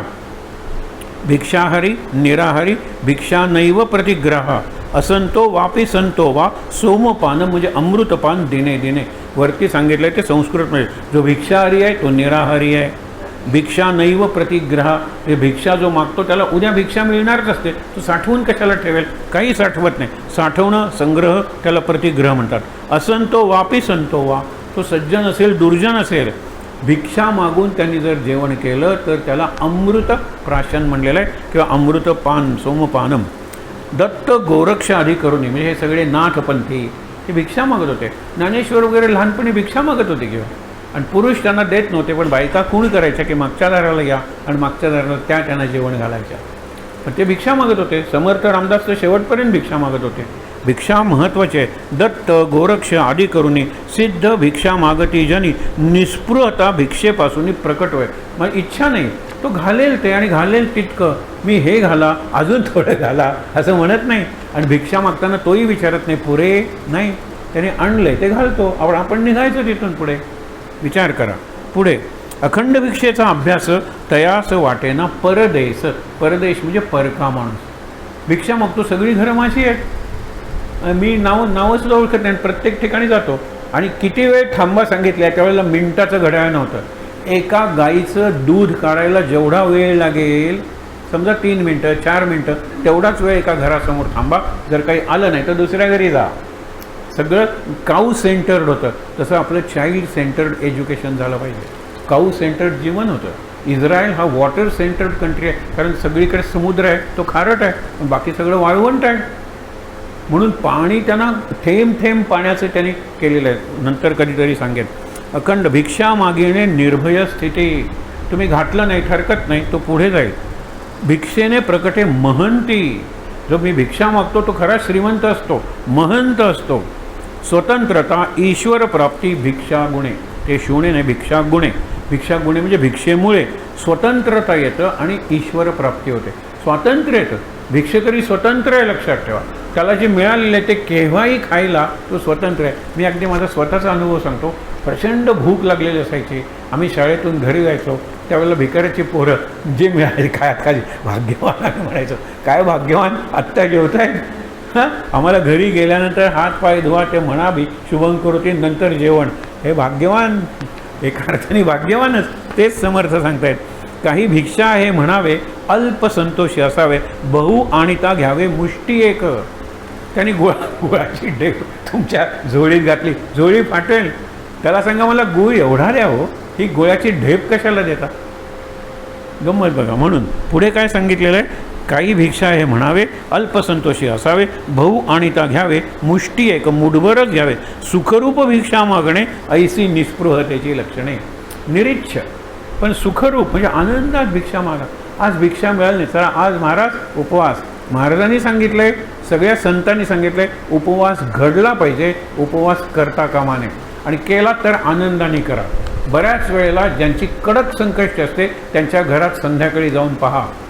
तो ऑफिसमधून येतो, बाबा मला द्या, आज माझा उपवास आहे, माहीत नाही का, सकाळपासून मी पाण्याशिवाय काही खाल्लेलं नाही. ओ इमर्जन्सी बरी, हा यमर्जन्सी आणतो, यमरूपाने येतो घरात. बाबा तुमची संकष्टी नको, कारण चंद्रोदय होईतो, कधी कधी चंद्र 10ला उगवतो.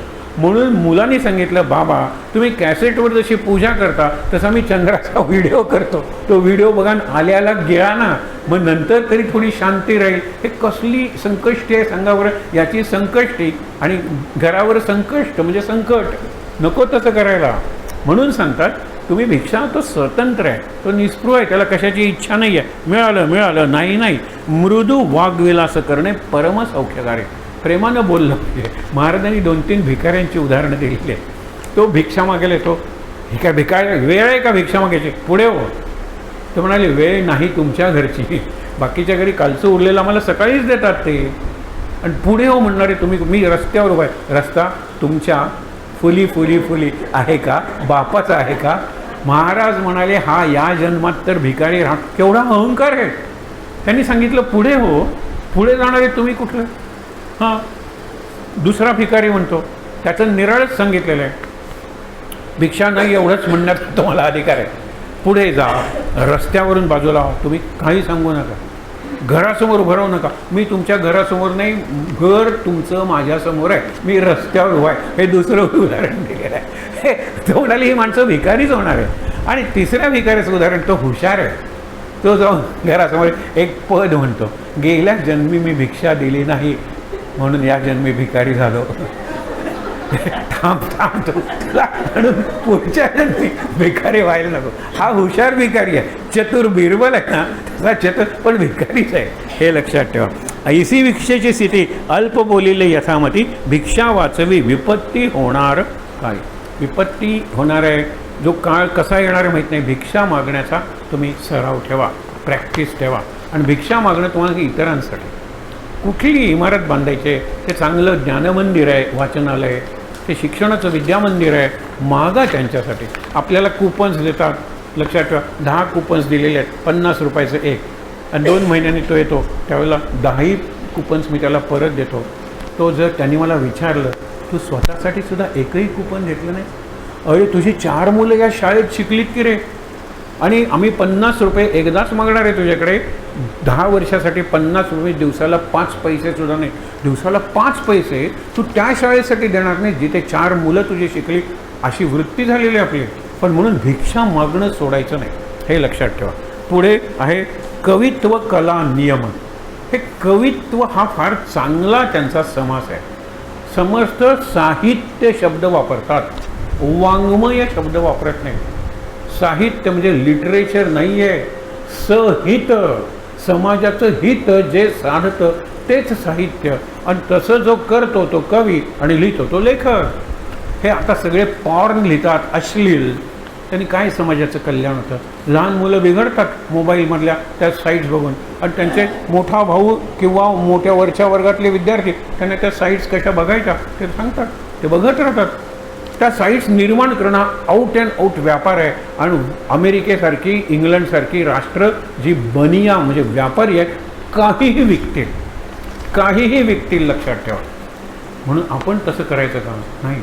मी साहित्य असं लिहीन ज्यामुळे लोकांवर संस्कार होते. लोकांना आवडलं नाही हरकत नाही, पण म्हणून लोकांना आवडावं म्हणून मी रोमॅन्टिक नॉव्हेल्स लिहिणार नाही, डिटेक्टिव्ह नॉव्हेल्स म्हणजे ज्याला रहस्य कथा म्हणतात लिहिणार नाही. लिहीन तर चांगलंच लिहीन. मग मी विज्ञानाबद्दल लिहीन, मी निरनिराळ्या चांगल्या संतांबद्दल लिहीन, देशभक्तांबद्दल लिहीन, ज्यामुळे समाजाचं हित होईल. आणि समाजातली जी आपण ज्याला म्हणतो की budding, blooming and blossoming generation आहे, कळी आहे, ती नुकती उमलते आहे आणि तिला पुढे बहार येणार आहे. आपण म्हणतो ना, फुले वेचता बहरू कळी अशी आला मोगरा फुलला, हे म्हणतो ना आपण. हा जो असा मोगरा फुललेला आहे त्यांच्यासाठी मला काहीतरी केलं पाहिजे. आणि त्यासाठी माझ्याकडे नाही ना, मी शेजाऱ्याकडे जाऊन मागेन. त्यांना जर सांगितलं की हा रामदासांचा तुमच्याकडचा जो पुतळा आहे तो खूप चांगला आहे, दासनवमीचा उत्सव करणार होतो मी, तुम्ही देता का? त्यावेळेला म्हणाले हा घेऊन जा, शाळेत नीट ठेवा, मीच त्याला काचेची पेटी करून देईन. मी दरवर्षी सज्जनगडला जातो, तिथे मला या मूर्ती मिळतात. देतात लोक. मागितलं पाहिजे ना, आणि त्यासाठी ती दासनवमी केली पाहिजे ना. काहीच न करता गेलं त्याला भीक म्हणतात. हा चांगला आहे हो. कल्पना करा, भीक आहे. हा या कामासाठी आम्हाला द्या. बघा पुढे काय सांगितलेलं आहे. कवित्व शब्द किती सुंदर शब्द आहे. शब्द सुमन माला. कवित्व, काव्य, कविता म्हणजे काय आहे, ते शब्द सुमनांच्या माळा आहे. त्यांनी धीट, पाठ आणि प्रासादिक असे 3 प्रकार सांगितलेत काव्याचे. धीट म्हणजे तो काही लिहितो आणि वाचून दाखवतो. माझं प्रेत माझ्या खांद्यावर घेऊन मी स्मशानात निघालेलो आहे. मग तुकाराम नाही म्हणाले आपुले मरण पाहिले म्या डोळा. अरे ते कसलं मरण आहे? काम, क्रोध वगैरे माझे मेले आहेत, माझा इगो आहे ना तो मेलेला आहे, तुकाराम सांगतात. आणि तो मरताना मी बघितलेला आहे. आणि आता उरलो उपकारापुरता, तुका म्हणे आता मी उरलोय म्हणजे मी मेलोय. काम, क्रोध गेले, माझा राग येत नाही मला कुणाची वस्तू हवी असं वाटत नाही आहे, म्हणून ते मरण मी पाहिलेलं आहे. हा कविता करतो. माझं प्रेत माझ्या खांद्यावर ठेवून कधी वाट न संपणाऱ्या स्मशानाकडे मी निघालेलो आहे. कशाला? याला धीट काव्य म्हणलेलं आहे. पाठ म्हणजे काय? 4 कविता वाचायच्या, पाठ करायच्या आणि आपली कविता पाडायची, जसे बुंदी पाडतात वगैरे ना, हे पाडणारे कवी आहेत, त्याला पाठकवी. धीट, पाठ आणि प्रासादिक म्हणजे समर्थांसाठी संत कवी. समाजाचं कल्याण हो पण कितीतरी प्रार्थना इथल्या गोव्यातल्या शाळेतल्या कवींनीच लिहिलेल्या आहेत किंवा देशभक्तीवर सुंदर गीतं कवीनं लिहिलेली गोव्यातल्या. ते प्रासादिक काव्य आहे. म्हणून प्रासादिक लिहा, धीट पाठ होऊ नका. पुढे ऐका, आता सोपं आहे. अर्थ परिमळ आगळा जेथे संत षटपद कुळा आनंद होया. षटपद म्हणजे भुंगा. कमळ फुललं की भुंगे येतात ना, फूल फुललं की फुलपाखरे येतात ना, हां तशी कविता लिहा ना, आपोआप येतील. संत येतील तुमच्याकडे.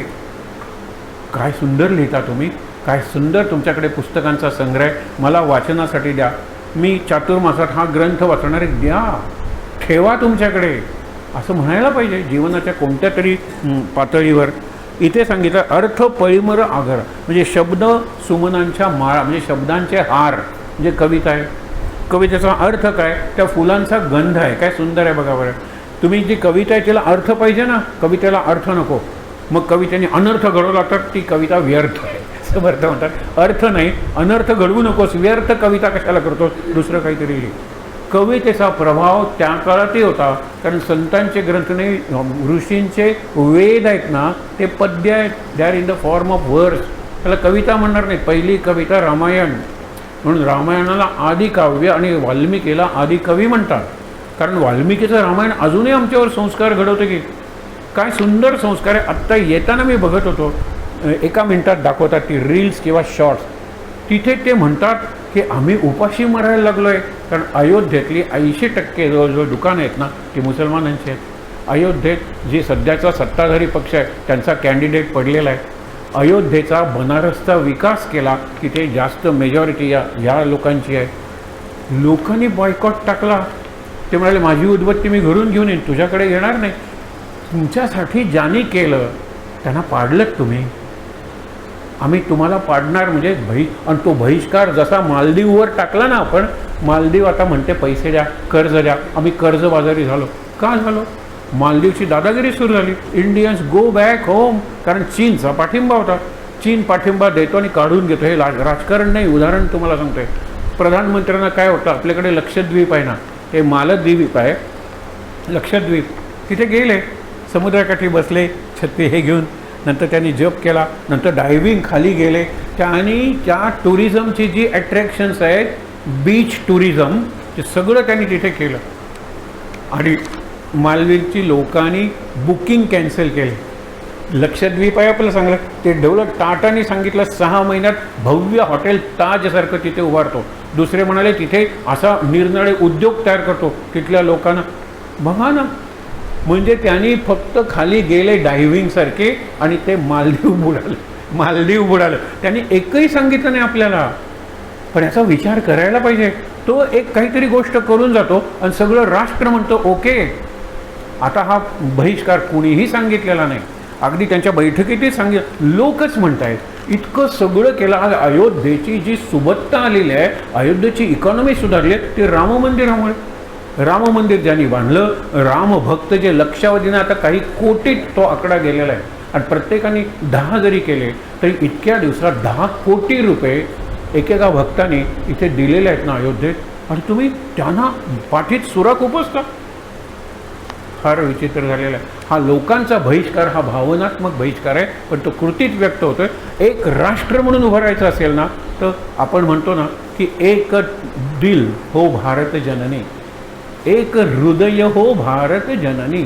एक हृदय झालं पाहिजे. व्हायला लागलोय आपण. सेटबॅक्स बसणार आहेत, आपल्यावर हल्ले होणार आहेत, हिंसेला आपल्याला सामोरं जावं लागणार आहे. पण हे जे विल आहे, हा वज्र आपण म्हणतो ना की एका अर्थाने निर्धार आहे आपला. आपण जिंकल्याशिवाय राहणार नाही आहोत, हे लक्षात ठेवा. आणि काय जिंकायचं आहे? आपण म्हणतो ना कृण्वन्तो विश्वम आर्यम वसुधैव कुटुंबकम. हे जिंकायचं. आम्हाला कुठलाही देश जिंकायचा नाही आहे, कुठल्याही माणसाला कन्व्हर्ट करायचं नाही आहे, हे लक्षात ठेवा. पण माझे विचार त्याला पटल्यानंतर आज किती लोक, मी हिंदू होतात म्हणत नाही, किती लोक ते राधे राधे करत किंवा हरे कृष्ण हरे राम करत सगळ्या जगातल्या सगळ्या राष्ट्रात कुठलाही धर्म असू दे ते नाचतायत. आणि काय तल्लीन होऊन नाचतायत मुद्दामून. बघा तुम्ही, बघा हे सगळं घडलेलं आहे. जेणे घडे भगवत भक्ती, जेणे घडे विरक्ती, ऐसी या कवित्वाची युक्ती आधी वाढवावी. कवित्व असं करा की ज्याच्यामुळे भक्ती लोकांना करावीशी वाटेल, विरक्ती म्हणजे वैराग्य त्यांच्यात निर्माण होईल. ऐसी या कवित्वाची युक्ती आधी वाढवावी. तुम्ही म्हणाल की तो काळ निराळा होता. बरोबर आहे, भक्तीच सांगणार ना संत आहेत ते. आम्ही काही संत नाही आहोत, आम्ही संसारी लोक आहेत. आता जग एवढं बदललं आहे, त्याला उद्देशून आम्ही कविता करणार आहे. अरे जग जर बिघडलं आहे तर त्याला सुधारण्यासाठी कविता करणार आहात का बिघडलेल्याला आणखीन करणार आहे? एक उदाहरण देतो तुम्हाला कळेल. चांगल्या कवीच आहे, पण अशा कविता करतो आपण. घरी आलो, मध्यरात्र झाली होती, सगळे डबे रिकामे होते. कारण कवी म्हणजे दरिद्री, हे आपलं गणितच आहे. कवीला पैसा मिळत नाही पुरेसा, तर सगळे डबे रिकामे होते. मग केलं काय? ब्रह्मांडाचं ऑमलेट केलं आणि खाऊन टाकलं. अंड आहे ना ते ब्रह्मांड, त्याला कॉस्मिक एग म्हणतात. त्याचं ऑमलेट केलं आणि खाऊन टाकलं, झाली कविता.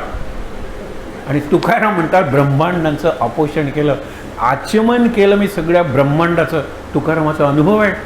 अणुरणिया ठोकडा तुका आकाशा एवढा, आनंदाचे अंगी म्हणतात ना की सगळा तो आनंदच आहे. आनंदाचे अंग आनंदाचे, सगळं अनुभव आहे त्यांचा तो. हे कवी आहेत ना, म्हणून पुढचं वाचा ना म्हणजे कळता येईल. देवाचेनी प्रसन्नपणे जे जे घडे बोलणे ते ते अत्यंत श्लाघ्यवाणे. श्लाघ्यवाणे म्हणजे ॲक्सेप्टेबल, ॲप्रिशिएबल असं आहे ते. यानव प्रासादिक, प्रासादिक कविता करा. म्हणजे आता आज केले पाहिजेत का मला विचाराल तर आजही करायला पाहिजे. हे नाधव महानोर वगैरे जे कवी आहेत त्यांच्या पहिले, नंतर मग ते राजकारणात वगैरे पडल्यानंतर वाताहत होते, तरी शेवटपर्यंत कवी म्हणून त्यांनी वही म्हणून त्यांची कविता आहे, कविता संग्रह आहे. निसर्गाची किती रूपं त्यांनी दाखवलेली आहेत बघा तुम्ही, अप्रतिम आहे. दरवर्षी श्रावण महिन्यात वाचावा असा कविता संग्रह वही. 2-3 कविता संग्रह फार चांगले आहेत. त्यांनी अलीकडचेच कवी आहेत किंवा MLA होते ते किंवा ह्याचे होते MLC म्हणतात ना, लेजिस्लेटिव्ह काउन्सिल.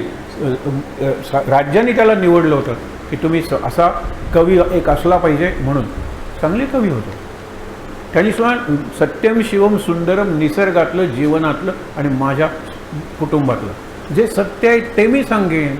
कुटुंबातले आपण म्हणतो ना, कशाला तुम्ही धुता तुमची घाणेरडी धुणी पब्लिकमध्ये. Don't wash your dirty linen in public. गृहछिद्र लोका सांगू नये सांगितलेलं आहे. काय हो आमचं हे असंच, आमचे हे असेच वागतात. कशाला सांगता? तुमचे हे असे वागतात का? कधी कधी वागतात. स्टेट अंडरस्टेट, एक्झॅजरेट करून सांगू नका. बघा हे फार महत्त्वाचं आहे. देवाचेनी प्रसन्नपणे जे जे धीट पाठ प्रासादिक ऐसे बोलती अनेक तरी हा त्रिविध विवेक बोली दे. 3 प्रकारचे कवी आहेत. काही धीट आहेत, काही पाठ आहेत, तर काही प्रासादिक आहेत. हे तिन्ही प्रकार मी तुम्हाला सांगतो. धीट पाठ, धीट म्हणजे धीटपणे केले. खरीच काही काही कविता कवी वाचतात त्यावेळेला केवढे धीट आहेत नाही, 4 चौघात वाचतात. बघा म्हणून विचार केला पाहिजे की धीट म्हणजे धीटपणे केले. जे जे आपुल्या मनास आले बळेची कवित्व रचले या नावं धीट. धीट काव्य. पाठ म्हणजे पाठांतर. बहुत पाहिले ग्रंथांतर तयास आले का उतार म्हणजे कॉपी आपणची केला. 4 ग्रंथ वाचले, 5वा ग्रंथ तयार केला, असं होतं. विचार करा. शीघ्रची कवित्व जोडिले, दृष्टी पडिले तेची वर्णिले, भक्ती वाचून जे केले त्या नावं धीट पाठ. मायनस भक्ती हे धीट काव्य आहे आणि पाठ काव्य आहे. चांगला स्वच्छ रस्ता बघून त्याच्यावर तुम्ही का करत नाही? मी कविता वाचलेली आहे की डांबरी रस्ता पाऊस पडल्यानंतर आणि ओला मातीचा रस्ता पाऊस पडल्यानंतर आपल्याला डांबरी रस्ता बरा असतो, पायाला चिखल वगैरे लागत नाही. पण या चिखल झाल्याशिवाय रुजवता येत नाही अन्न. तो चिखल, त्याच्यात पडलेली पावलं, मला माझ्या पुढे कोण गेलं आहे तो व्यवस्थित गेला आहे ना त्याची पाऊलवाट मी साधतो. डांबरी रस्त्यावर काहीच घडत नाही. कविता आहे 2 रस्ते, त्याच्यात त्यांनी रस्त्यांचंच वर्णन केलेलं आहे. पण चांगलं काय? केवळ स्मूथ आहे म्हणून ते चांगलं, सुंदर आहे म्हणून ते चांगलं नाही. इथे 2 त्याच्यात कोकरू चुकतात म्हणजे शेळ्या. आणि कुठे गेल्या? डांबरी रस्त्यावरून तो धावतो, एकही पाय उठत नाही ना डांबरी रस्त्यावर. नंतर कुणीतरी म्हटलं आत्ता इकडे जाताना भेटला, तर त्या मातीत त्यांचे पाय होते. त्या पायाच्या मागे तो धावला आणि त्याला त्यांच्या शेळ्या मिळाल्या ना. हे मागे फूटप्रिंट सोडतो म्हणजे माझं अनुकरण करा, अनुसरण करा, माझ्या मागून या, फॉलो मी. कोण सांगते? पायवाट सांगते. आणि माझ्या असे जा तसे जा कुठली स्मृती मी ठेवत नाही. डांबरी रस्ता म्हणतो. रस्त्यावरची कविता आहे ना, अलीकडच्या कवीनं केलेली, काहीतरी चांगलं सांगून जाते. मांजर हवं मांजर नको हे आधुनिक कविता म्हणा एका अर्थाने. काव्यात लिहिलेल्या शांता शेळकेंचं हे गद्य काव्य आहे. मांजर त्यांना पाळायचं असतं. बाबा म्हणाला कोणताही प्राणी घरात पाळायचा नाही. आई हळूच म्हणते तुम्हाला पाळता येते काय कमी? बाबा प्राणीच पाळलेला, पाळीव प्राणी नको. ह्यांना तर मांजर पाळायचं आहे. गुबगुबीत मांजर. ते फिरायला जातात, जरा पाऊस थांबलेला आहे म्हणून जातात फिरायला. त्यावेळेला एक मांजर गुबगुबीत सशासारखं, हे नेऊया का गं? लहान बहीण मोठ्या बहिणीला विचारते. कवितेत त्यावेळेला ती मोठी बहीण म्हणते आता फिरायला जातो ना, येताना आपण हे मांजर नेऊया. फिरायला बोचकारलं वगैरे तर इथून जवळ आहे आपलं घर, येताना नेऊया. येताना ते मांजर कुठला तरी कुत्रा मागे लागलेला असेल, काहीतरी भिलेलं आहे, त्या चिखलात लोळलेलं आहे. मगाशी सशासारखं गुबगुबीत पांढरं शुभ्र मांजर आता चिखल झालेलं आहे, मातीत लोळलेलं आहे. ते त्यावेळेला मला मांजर हवं होतं, ज्यावेळेला मांजराला मी नको होतो. आता मांजराला मी हवे आहोत पण नको मांजर आम्हाला. ही केवढी चांगली शिकवण आहे. ज्या वेळेला मला आई वडील हवे त्यावेळेला मी अमेरिकेतही त्यांना बोलवतो, कारण मी प्रेग्नंट आहे, बाळ झालेलं आहे, तिथे कुठलीही सर्व्हिस महागच आहे सगळी. त्यावेळेला मी आईवडिलांना बोलवतो.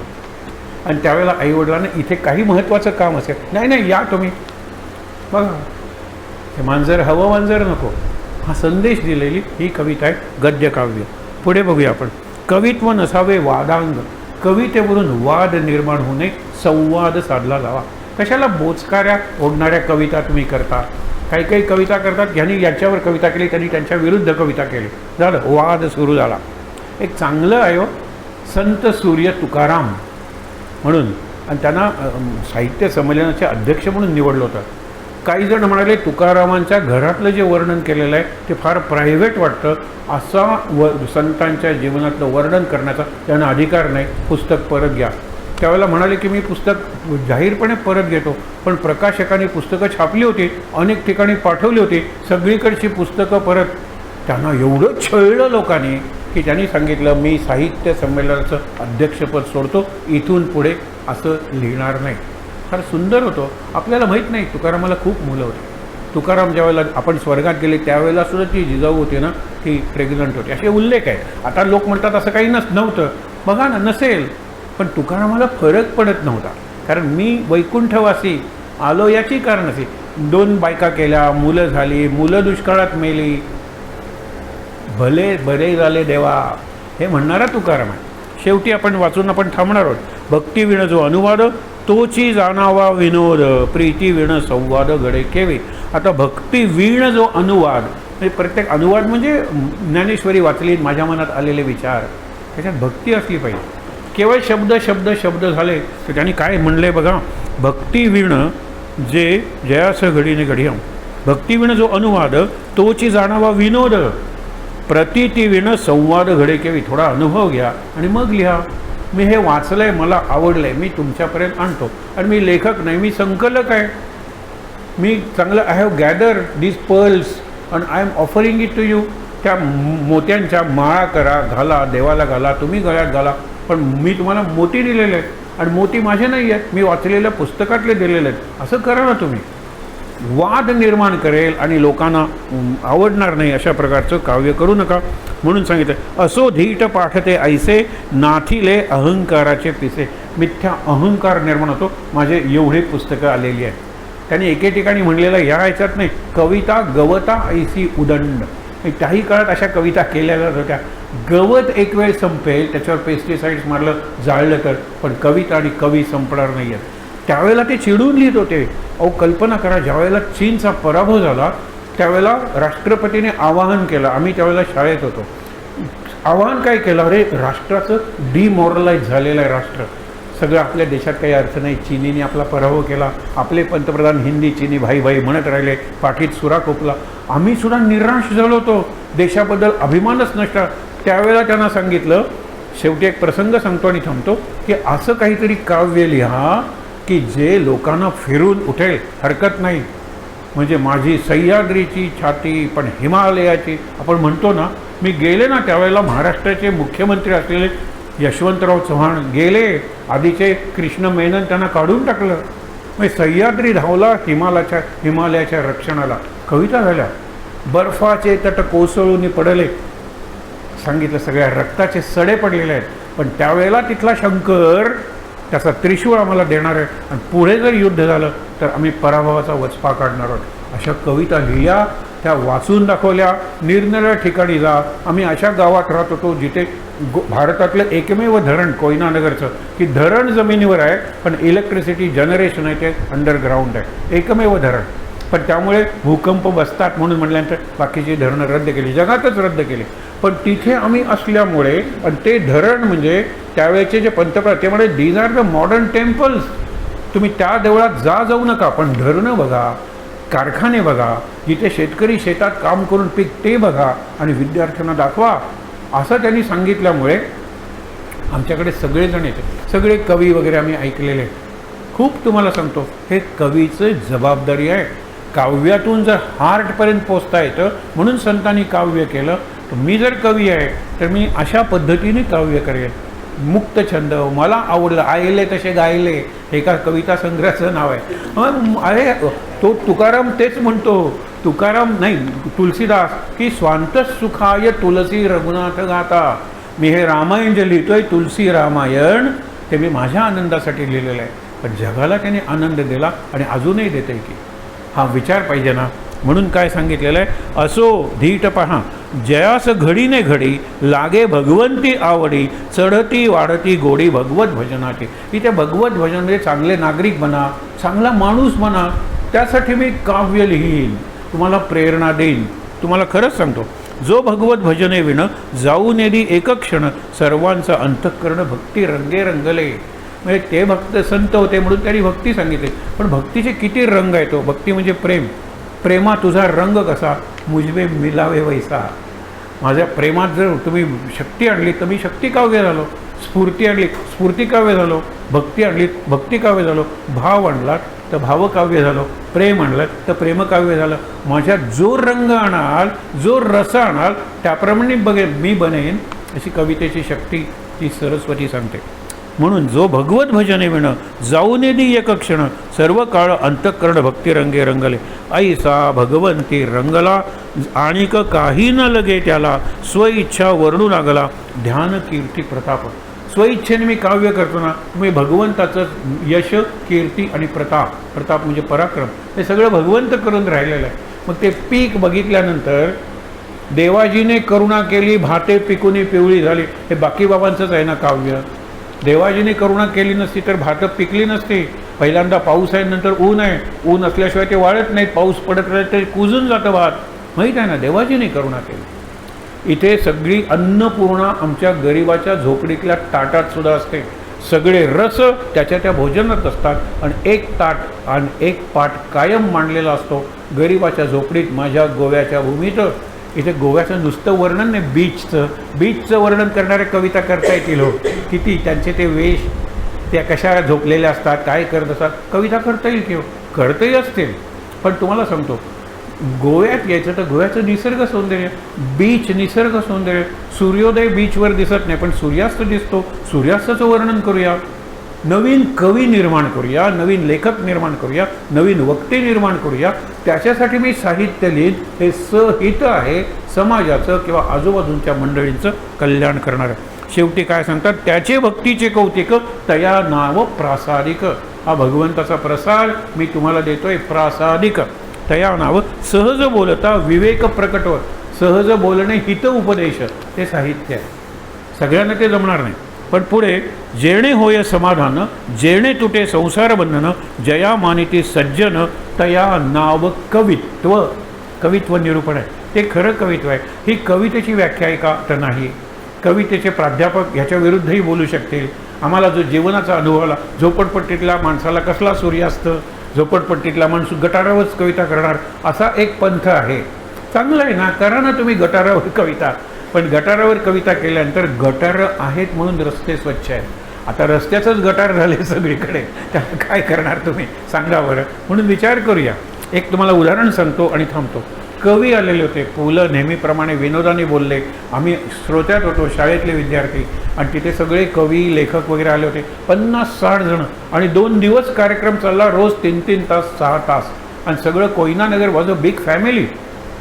तर ते वाचले. मग वि स खांडेकर आले होते. त्यांनी एक आपला नवीन लेख वाचून दाखवला. हे सगळं होत असताना पु ल देशपांडे बोलायला उभे राहिले.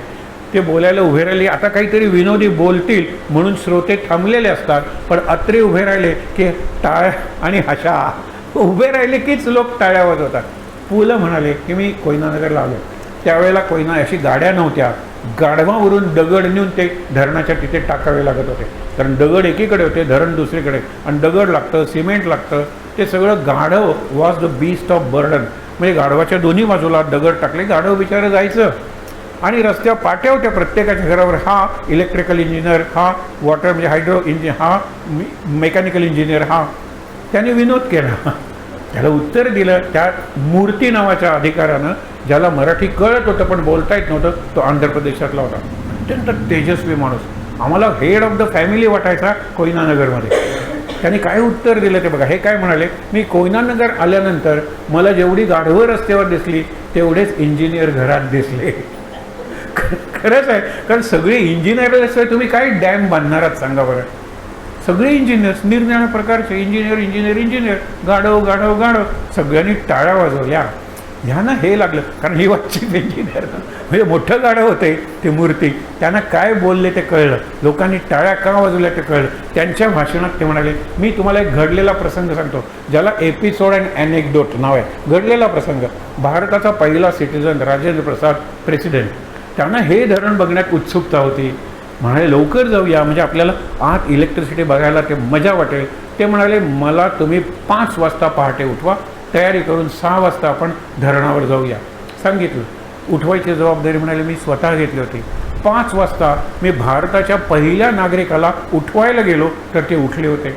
मी म्हणलं तुम्हाला झोप नाही का लागली रात्री? ते म्हणाले लागली ना. मग तुम्ही लवकर कसे उठलात? 4:45 वाजता एक सायरन वाजला, भोंगा झाला. म्हणाले पहिला सायरन 8 वाजता असतो, ज्यावेळेला शिफ्ट संपते त्यावेळेला. 4:45ला कुठला सायरन झाला? नाही म्हणजे रस्त्यावर गाढवं ओरडत गेली. हां, आमची कोयनानगरची गाढवं देशाच्या प्रेसिडेंटला उठवतात. कवीनं आणि लेखकानं उठवा समाजाला. फुलांनी उठून नमस्कार केला. खरं आहे, खरं आहे. ते मुद्दा काय आहे की हित साधायचं असेल तर मला त्याप्रमाणे बुद्धी मिळते, इन्स्पिरेशन मिळते. आहे त्या ठिकाणी ताण बसूया. उरलेले समास उद्या बघूया. पण फार महत्त्वाचा असा हा दशक आहे.